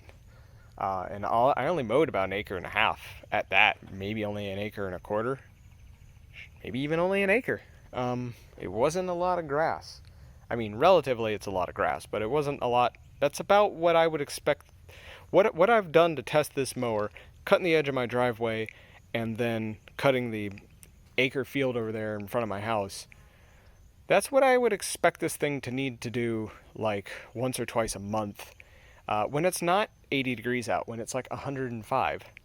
So that's a little worrisome that it's burning that much oil, and it's clearly not leaking, because I was kind of worried about this guy, because when I went to take it off, I just backed this out of the block. So I was kind of afraid that might be leaking, and it's not leaking out of here. And the only leaks I saw was out of the valve cover gaskets, and they were just minuscule, because if they were big leaks, they'd be dripping right onto the, headers, and then I'd, have smoke billowing up out of it. So yeah, we'll keep an eye on it. That was the first time I ran it after the oil change, and then checked the oil, so it could just be that, maybe it needs a little bit more in the crankcase than Briggs & Stratton specs. You know, maybe it wants 72 ounces instead of 64. I don't know, but... Alright, well, I was just about to yeet this fucking thing, and then I realized it does have drain holes. They're just too small, because I went up to there and that had drain holes, so we're just going to take this 1/4 inch and just do one of those. And now problem solved. Well, halfway solved. Now it's solved. Fixed. Also, I noticed something kind of slick with these, you know, pivots for the hood. If you just set them right there atop the slots on these little cutouts in this, you know, bar that they ride on, and you just tip it forward, it just slides right into place like that, and you don't even have to align them. It just plops right in. I think that's pretty slick. That's nice. That's a nice little touch. All right, let's see if this thing starts. Don't know whether or not it's got any water anywhere. Oh, choke.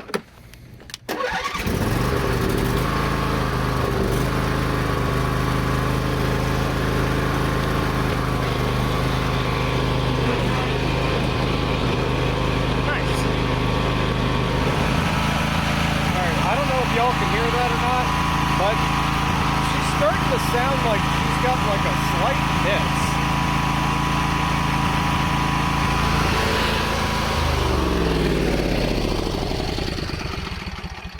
Cue backfire. Yeah. Take these earplugs out now. So backfire solenoid is indeed non-functional. It is either stuck in the down position, or all the seals that would normally keep it from backfiring are just gone and it's stuck in the up position. And it's kind of strange it runs that well with it like that. Pulling the choke out does not make the miss go away, so it's clear the miss is clearly not from a, you know, lean condition. I thought it was a spark plug fouling, but I can't touch that because the engine's roaring hot right now. Still smells like it's burning oil. I really don't know what that's about. Let me... I don't see any smoke coming out, and the oil kind of smells funny. It smells ever so slightly like gas, but it's a lawnmower. It's nothing I would ever be worried about. It kind of smells a bit sulfury, but then again, I did dump some like 30-year-old 30 weight in there, so that's probably just that. I wonder if it'll run any better with the air cleaner out, just with this guy off. Because if it does, then we know it's actually too rich.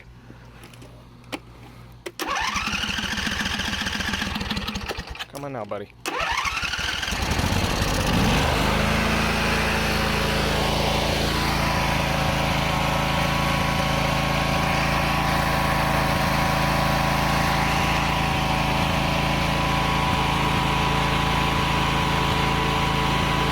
It's exactly the same.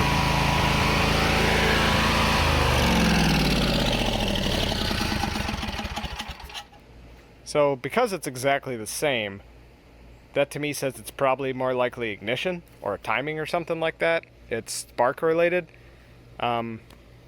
Because if I think I'm running rich and then I remove all restrictions for air, I should lean the mixture up a little bit, and it didn't change at all. So to me that says we're probably getting incomplete combustion or poorly timed combustion on one side or something like that.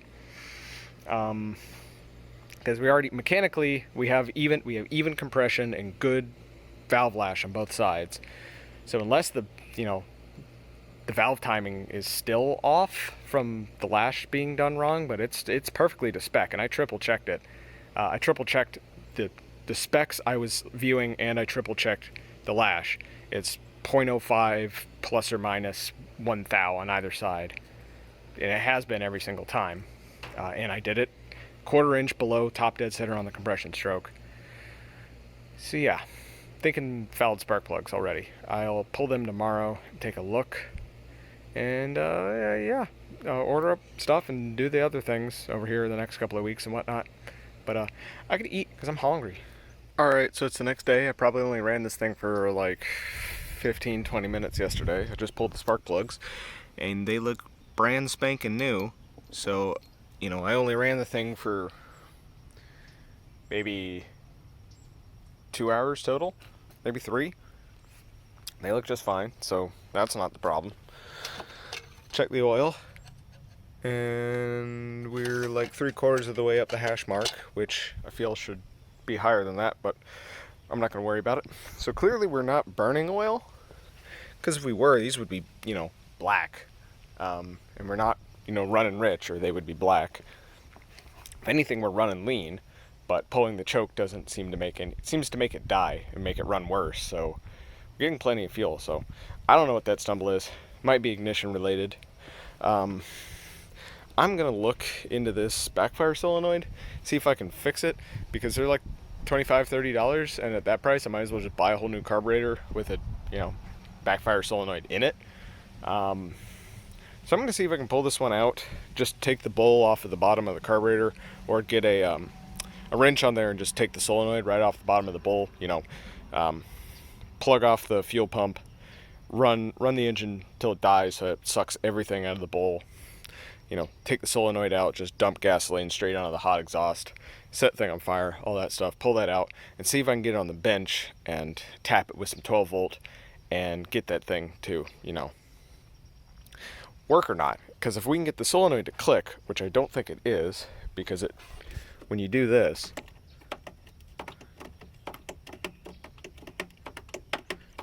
should be hearing a bunch of clicking. Okay, I don't know if that did anything, but I'm gonna pull the cowl off real quick and put one finger on the solenoid and then do this with the key and see if I can feel it clicking. Because if I can't feel it clicking, that means that that's either seized, which I'm pretty sure it's not, because I was poking at that thing and it was, you know, jiggling and moving and all that stuff. Or if, like, it's just not getting voltage, but all the O-rings or seals on it have failed or something, so gas is just getting around it regardless. Because it may be that I need to replace, say, an O-ring down in there for it to seal off the jets or something like that, or it's just worn out or something, I don't know, bowl's bent or something like that. But there is this guy right here who isn't plugged in, and I got no idea where that goes. And for all I know, that could be a missing wire that goes to that solenoid. So I'm gonna try and get that off and bench test it, and tap my finger on it and see if I can feel it moving. Because if it's moving and it's not working, then that's not the solenoid, that's the little doohickey inside the bowl that I showed you. That's got like a weird shaped O-ring gasket grommet thing on the outside of it that I didn't have a replacement for. So I'm gonna get to that. Alright, so I looked in here at the solenoid, I put my finger right here and then flicked the switch a bunch of times and I felt absolutely nothing. So that means this thing is stuck in one position, or it's not getting power, one of the two. And however it is stuck, or currently the mower should not run, because this should be closed and there should be no gas getting into the jets, but clearly this is open, and even fiddling with it didn't do anything. And it's either not getting power from the key and is also somehow fucked up so that it is stuck in a perpetually open state, or it's getting power from the key and it's just stuck perpetually open, or the gaskets are messed up, it's not sealing, etc. So something is 100% wrong with this thing. This black line is ground, and it just goes right there and grounds to the block, and that wire feels perfectly fine. So it's not the ground, which means it's probably just not getting power. And I don't know where that white wire goes, but I'm guessing it goes up in here into some sort of, I'm assuming this has a power pack in it and it's not, you know, a points and condenser in, you know, 2006. So it's probably going into there, and maybe that might be unplugged or something. So I think I got to pop the cowl and poke around in there, or at least, actually what I probably need to do is just get the voltmeter and hook it up and then just give it power and see if it's got power. That would be a lot smarter. I think I'm gonna do that. Alright, voltmeter is hooked up and there's our answer. So we're getting full 12 volts with the key on in position 1 and in position 2 and assumedly position 3, but I'm not cranking the engine right now. So yeah, solenoid is getting power, so it is just stuck open, or stuck closed and not sealing or something. It's stuck. Anyway, that thing's fucked. That's the answer. So kind of disappointing. I was kind of hoping it was, you know, just didn't have power, because that would make, you know, fixing it a lot easier. But it's something mechanical, or electromechanical or something. So anywho, we're gonna look into that now. Alright, so I was able to get the carburetor bowl off without taking the carburetor off. It was very, very, very tight. Probably need to pry this apart about 1/8 of an inch. That's really tight. But anywho, got in here, got the solenoid off, and when I pulled it out, it was just like this. And then I pulled on it, and I turned it, and I turned it, and I turned it, and it poked all the way out. And now, if I turn the ignition, it sticks. There. Just did it about 50 times and it was fine. Oh, yeah, well, it needs to be massaged a little bit more, but that's all the problem was, is it was just stuck down in there. So I'm going to fiddle with that a little bit more.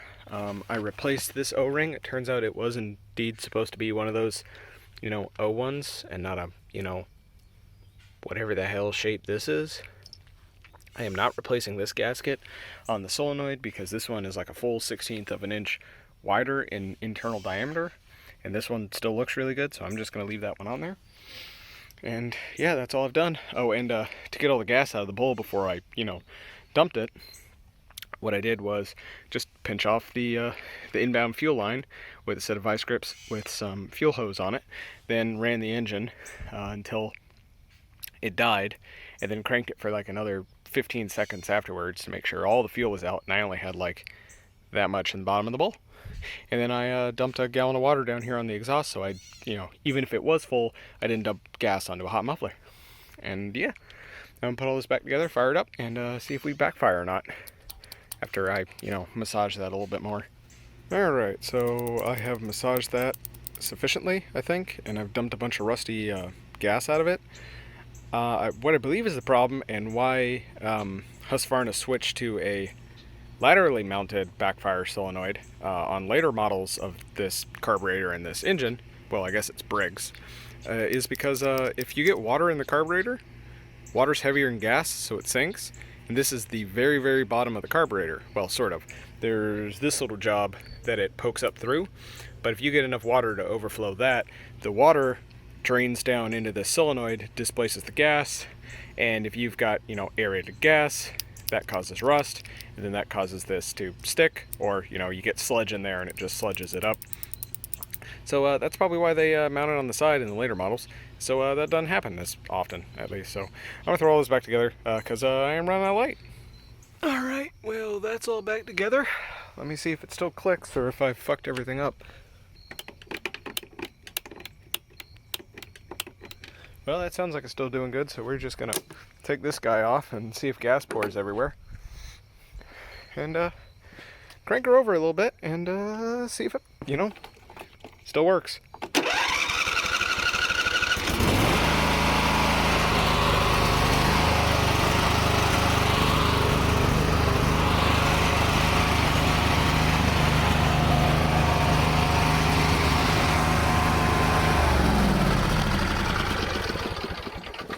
Pretty chilly out today, and plus I dumped a bunch of water on it, so you gotta forgive it for now.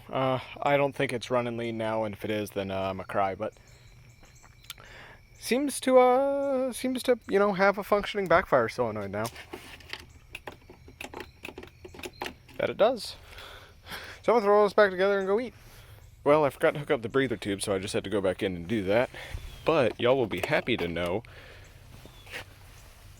that the cigarette lighter works. So, yeah, at least I can smoke while mowing the grass. Okay, while I wait for the new vacuum hose for the fuel pump to come in, I'm just cleaning out the headlight housings. Turns out they're actually two-piece, which makes a lot of sense for it being a mower, because they're not all that important. And the way you take them out is there's this tab right here that hooks in there. You reach in from the back of the cowl, you press this hook in, and then push it out, and it comes out like this. And then there's this little clippy guy in here. You gotta squeeze this together like that, and then you don't rotate it this way, which is how it looks. You rotate it down so that this clears first, and then it slides out sort of at a diagonal like this, and then you can just get in there and clean it all. So I'm just gonna take some patented Chris Fix soapy water and just clean all this dirt out of there, put them back together, and call it a day. Come on, there you go. nice and shiny now. Okay, so this mystery spade connector has really been bothering me because I have no idea what it goes to and I can't find any information about what the hell it's for. It seems to be way too short to just be extended capabilities, but I don't know, maybe it's for something that's just not on this harness. But coming over here with the voltmeter and just cleaning out a spot and touching it and having that sort of half-assedly jammed in there, it's got like signal voltage, and I got it as high as 1 volt, you know, with the key off. So it's just, it kind of fluctuates. It was half when I first tried, and then it was 0.8, then it was 1, then it was 0.8 again, then it was 0.5, now it's 0.3. Don't know why that is, but if I turn the key to ignition, and it works in both positions on the ignition, if I touch it right there, we're getting 8.2 volts. So that's a hot wire accessory with the ignition on. But it's also getting signal voltage with the ignition off. So I really don't know what the hell that's for, and it's bothering me. And I'm going to look into it some more, and I guarantee I'm not going to find any information. But it's just interesting to know that that is a hot wire that's just sort of sitting there. And yeah, I don't really like that, and this fucker just broke. So I'm just going to electrical tape that up so it doesn't short to ground, because it could just do that. Except for this whole thing is made, actually no, this is steel. That could just short to ground, and I don't really like that. So I'm going to go tape that up and forget about it. There, out of sight, out of mind, problem solved. Man, that's one sexy looking bench right there. Anywho, I gotta get the paper for my dad. So I gotta check to see if this thing's burning oil anyway. So I might as well hop in this thing and go, you know, do a 2-mile round trip up to the head of the road. And let her sit overnight and see if we burned any oil. That'll tell me whether we're actually burning oil or if the crankcase is just, you know, way bigger than Briggs said it is. You saw right there, we were, I don't know, 80-90% of the way up to the top mark on the dipstick, to the hash mark. So guess we'll just fire up, go drive around. Probably take me shit, it'll probably take me 20 minutes to get the road and back, and bring her on back and see if we burned oil.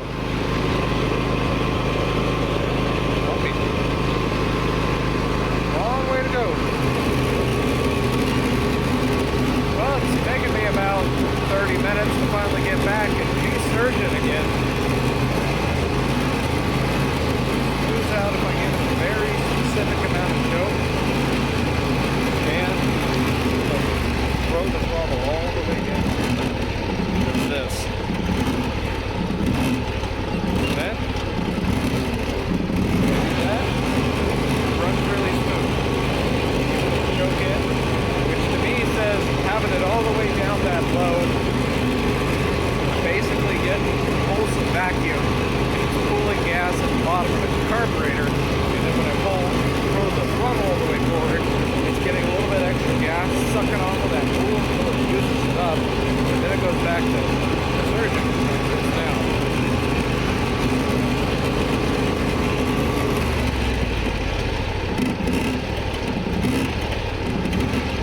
Or I'm really low on gas, one of the two.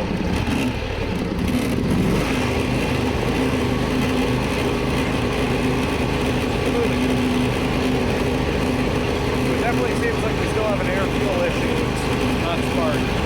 But I think at this rate, I don't care. It's good enough to cut grass as a backup. Alright, well, I was playing around with the vacuum, and she can suck pretty good. About pulled my hand into the damn throttle there and killed the engine. But, you know, manually choking it seems to really do nothing about the surging. So I'm going to spray some gas in it while it's running and see if it smooths out. If it does, then we know that it's a lean condition. And if it doesn't, then it may just be that something's up with the governor now. But I don't know.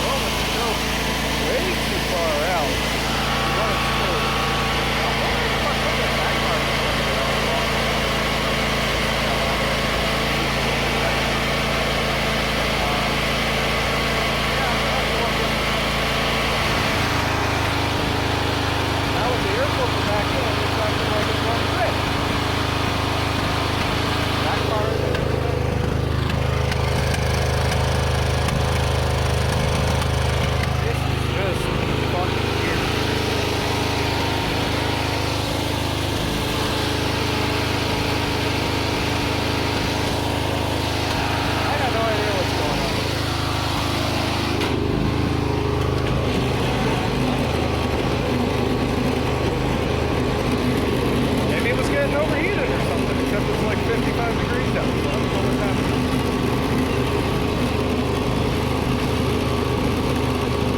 Now it's perfectly fine and I haven't even done it.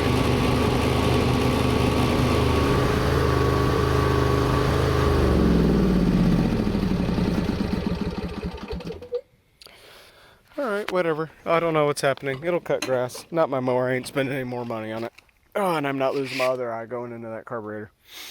Yeah, good enough. Cuts grass. Alright, well, she sat overnight, so let's see how we look on the oil. Oh yeah, we're down several quarts, or not quarts, ounces. Yeah, so that dropped about 3/16 of an inch. Oh, that's kind of worrying. So, seems to be burning oil and still surging, sort of, somehow. So, yeah, this mower may have a lot deeper problems. Alright, so I'm back poking at this thing again, and I'm kind of stumped. I pulled both spark plugs. That one looks brand new. Not a drop of oil or soot on it. Just pulled the right one, and as you can see, there's a little bit of oil blackness on there. Nothing horribly crazy. Nothing I wouldn't expect to see in a lawnmower, but definitely oil getting into that cylinder. One thing to note is the oil to me seems really thin for 30 weight, I guess.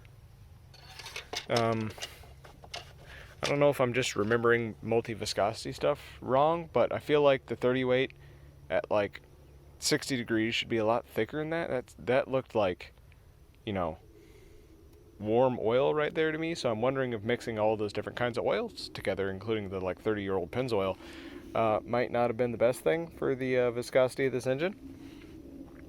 Also, I went down into the breather, and if it was sucking oil out through this breather and burning it, I would expect this to be, you know, because I ran the thing for 30 minutes and it burned like 4 ounces of oil. I expect that to, you know, be pretty fucking nasty and slimy, and it's bone dry. I mean, that's what came out of there. That's just soot. That's like, you know, backfire soot or something, or just, you know, gas-soaked dirt. I wouldn't call that oil. There's no oil drips, you know, absolutely nothing. That's a chunk of crud. So it's not coming out the bottom. I don't know where the oil's going. I'm guessing it's just getting burned. That's the only thing it could be. Is it somehow getting past the rings and just getting burned in combustion, or getting past like the intake valve or something, one of the valve seals or something like that? I don't really know. But it's burning oil somehow, and it's burning at a good clip. Probably just gonna dump some, you know, heavier oil or some better oil, maybe do an oil change or something on it. Hope for the best, but I think it's not worth worrying about at the moment, and we'll just make sure that when the volunteers use this, that they know to check the oil beforehand. And yeah, I'm going to throw the spark plug back in, and I'm just going to stop losing sleep over it. Not that I lost any to begin with. And also, while I was putting this guy back in, I realized that oil on that spark plug could just be the 2-stroke oil. Yeah, I had a 2-stroke gas mix that I sprayed in there. It could just be that. So that could indicate that other cylinder is lean because it didn't get any of that mixture. Oh, actually, that wouldn't make a difference because that was getting sprayed straight into the throat. So it would bypass the carburetor. So they would both get that much, you know, gas from it, regardless of, you know, if the jets are clogged. And the only difference would be if the intake valve wasn't opening. So I don't really know. But that one could have just been the 2-stroke oil, but the other one was just bone dry. I don't know. Alright, so after having slept on it for a couple days, and by that I mean I haven't thought about this thing all week, I realized, you know, it probably could be a vacuum leak, and that's why, you know, we're in a lean condition. Not that we're starved for fuel, but just because that there's a, you know, big fucking air leak on this side or something like that. So we're going to try and use the propane method. I've never had this actually work successfully for me, but we'll give it a shot just to see if, like, you know, the intake manifold, just one of the gaskets is not sealing and we have a leak on this side or something like that. And, you know, this is being caused by, you know, a vacuum leak. Also, this isn't a car, so we don't have any vacuum tubes, so I can't hook up a vacuum tester and test that way. So this is kind of pretty much all we can do, is just spray propane at all the gaskets that aren't, you know, the air filter, and just see if we get an RPM bump. And if we do, that means the air is getting sucked in, and it's sucking in the propane and then burning that. And then we can try and address that.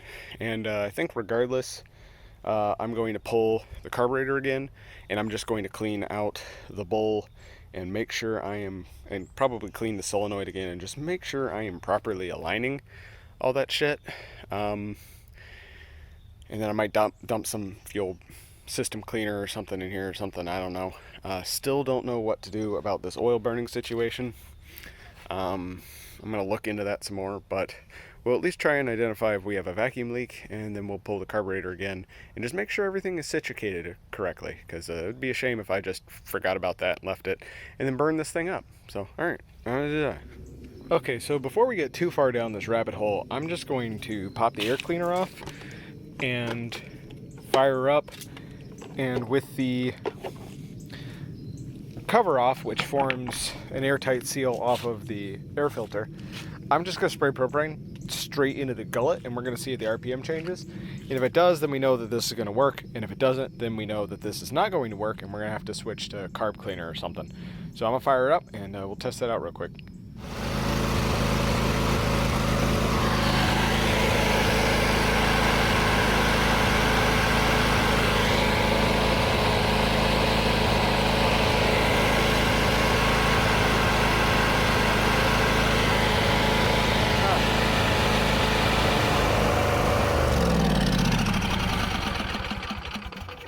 Well, that's kind of interesting. It doesn't seem to be doing jack shit with the propane. So I think we're going to have to shift to carb cleaner. I'm glad I checked that out to begin with, because I was just dumping propane. I had that thing open full tilt. I mean, that's as much as it'll do, but, you know, we were blowing pretty much nearly liquid propane. Well, that's actually ice crystals in the air, but I digress. Didn't really have too much of an impact on the RPM. And what I'm really trying to do is just hit these guys right here. These seals right here between the block and the intake manifold, and right here in front of the fuel bowl. Those are really the only places for vacuum leak. So that's what we'll try.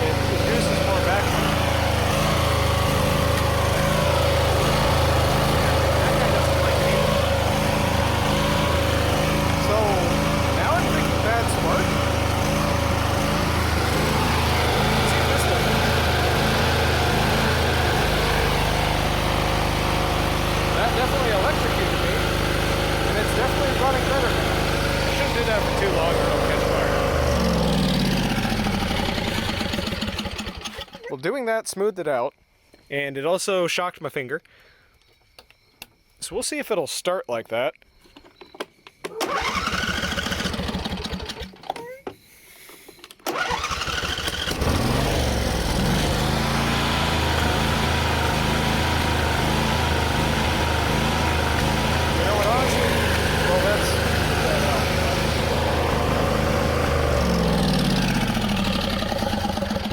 Now what we'll do is we'll pull this out and we'll see if the engine will run with the spark plug out of that cylinder. And if it doesn't, then that means that we may have bad ignition. Because if it'll run on 1.5 cylinders and it'll run on 1 cylinder, it may not run on half a cylinder.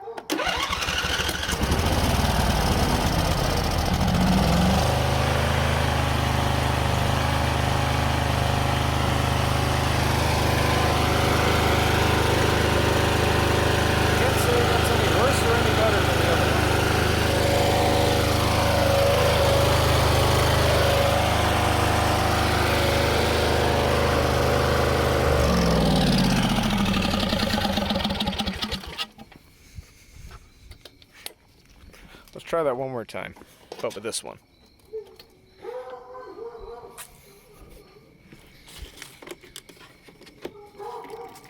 Them hounds are raising hell.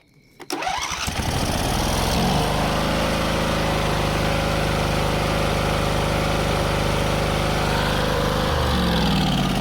should run on 1 cylinder just fine, apparently.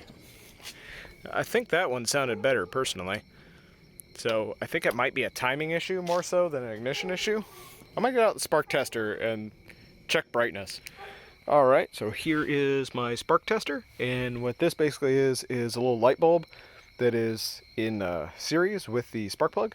So anytime the spark plug gets voltage enough to jump the gap, this guy will light up. And the intensity of that light and the timing of that light will tell us, you know, when we're getting spark. So if we've got weak spark, it'll be very weak light. And we'll know whether it's weak or not by checking it relative to the other one.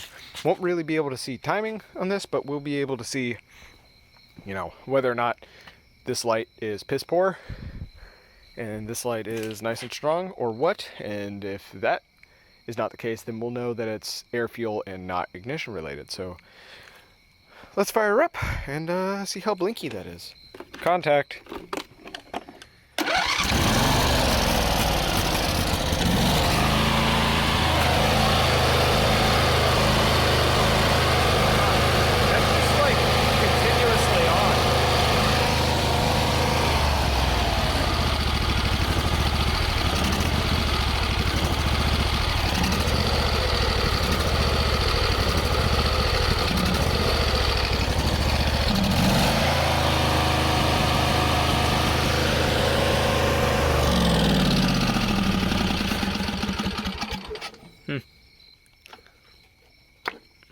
I have a feeling it's not supposed to be on like that. I don't know, it could just be it's really high RPM, I don't know. But I seem to recall that flashing a lot more. Alright, contact.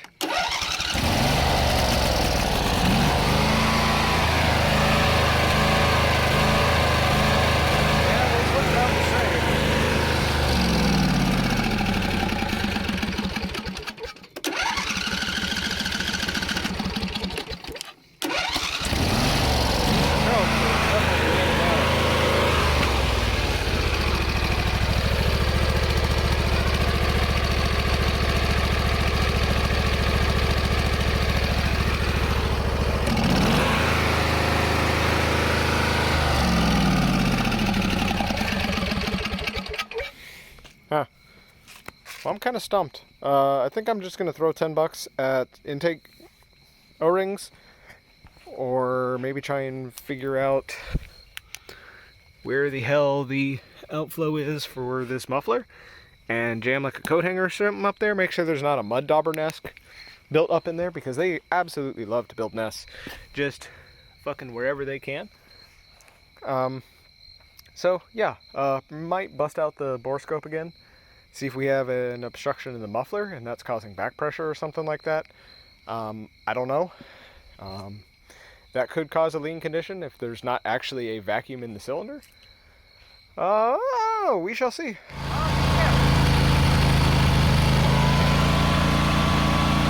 That's the other side of the damn mower.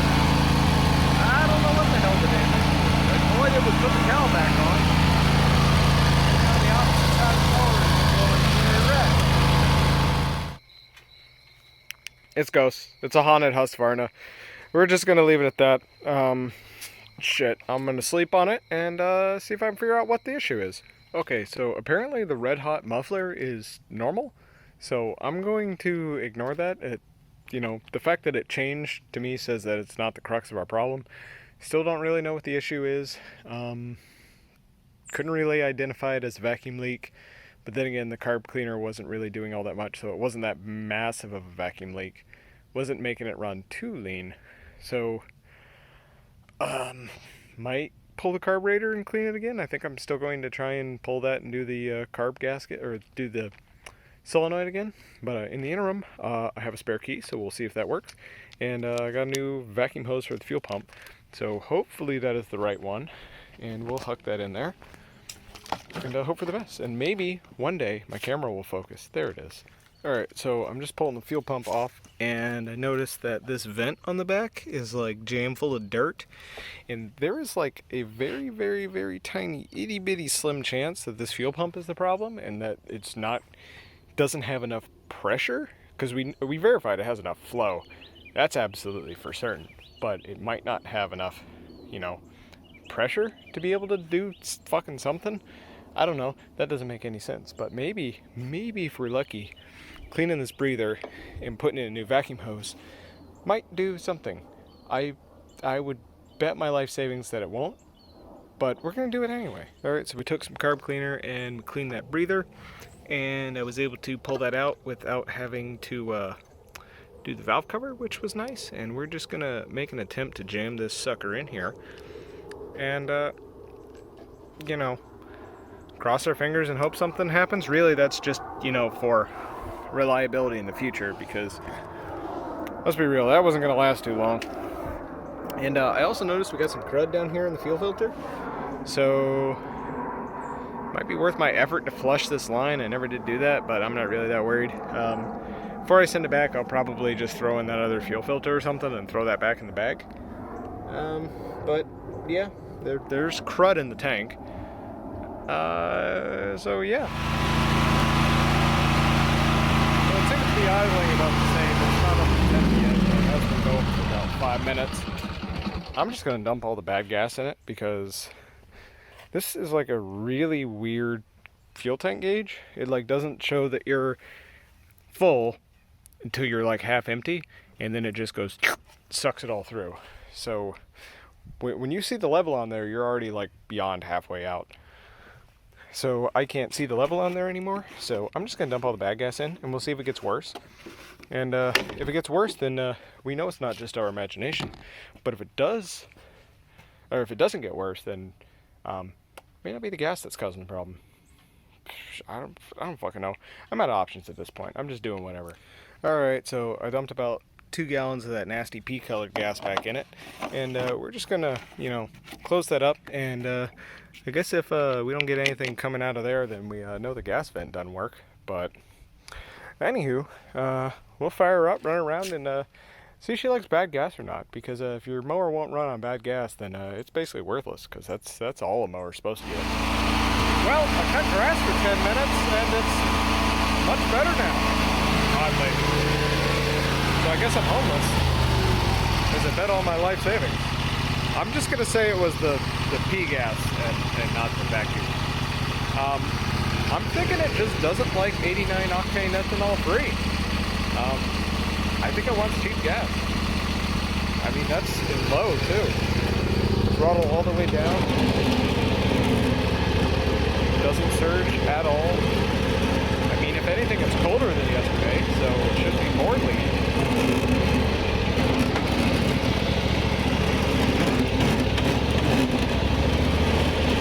No surging at all.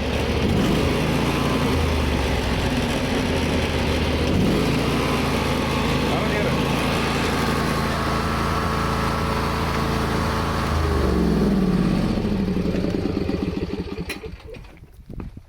Alright, it's working fine now, so I'm going to stop fucking with it and say it's fixed.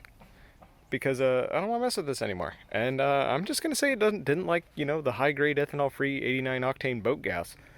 So, I guess that tells you, kids, put garbage in your mower, because then it will, you know, stop surging. So, yeah, whatever. I don't know. Or it was the vacuum line for the fuel pump, but I really can't imagine that it was making that big of a problem. Anywho, it's fixed now. So I'm going to throw this on the trailer, take it over to work, and get this the hell out of my yard. Also, you'll be happy to know that I've run this thing for probably 40 minutes since the last time I checked oil. And we're still right about where we were last time I checked it, so it looks like the oil burning issue has resolved itself. I was getting kind of worried that we had a blown head gasket and exhaust gases, or I guess compressed combustion gases, were blowing through the head gasket going into the oil galley and then blowing oil into out the PCV breather into the air filter housing. But as we saw, you know, there's no oil there, so that can't be the case. So it looks like she just likes to burn oil to about the midpoint on the fill line. So we'll just ignore that and pray that it doesn't return, and I'll just keep an eye on that as we use it. And if it starts suddenly, you know, burning an ounce of oil every 15 minutes again, probably head gasket. But I don't think it is anymore, because it's not doing it anymore, at least, I think. I pray.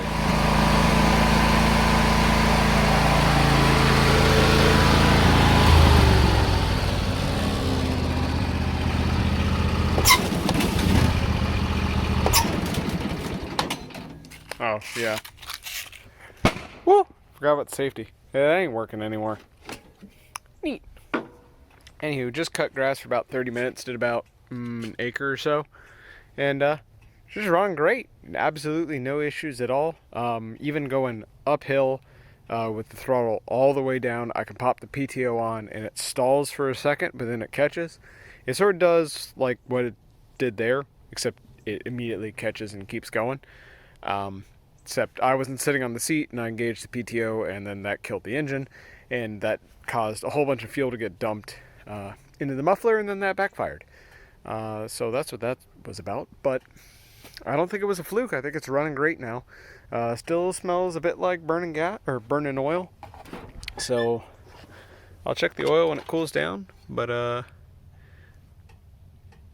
the moment, it's not looking too horribly out of place. You know, it's going to read low while the engine's hot and all the oil's slung up everywhere. But when it recollects that back down in the crankcase and it cools down, then we'll get the actual real level. So I'll check that in the morning. But so long as we're still not hemorrhaging oil somewhere, she's good to go.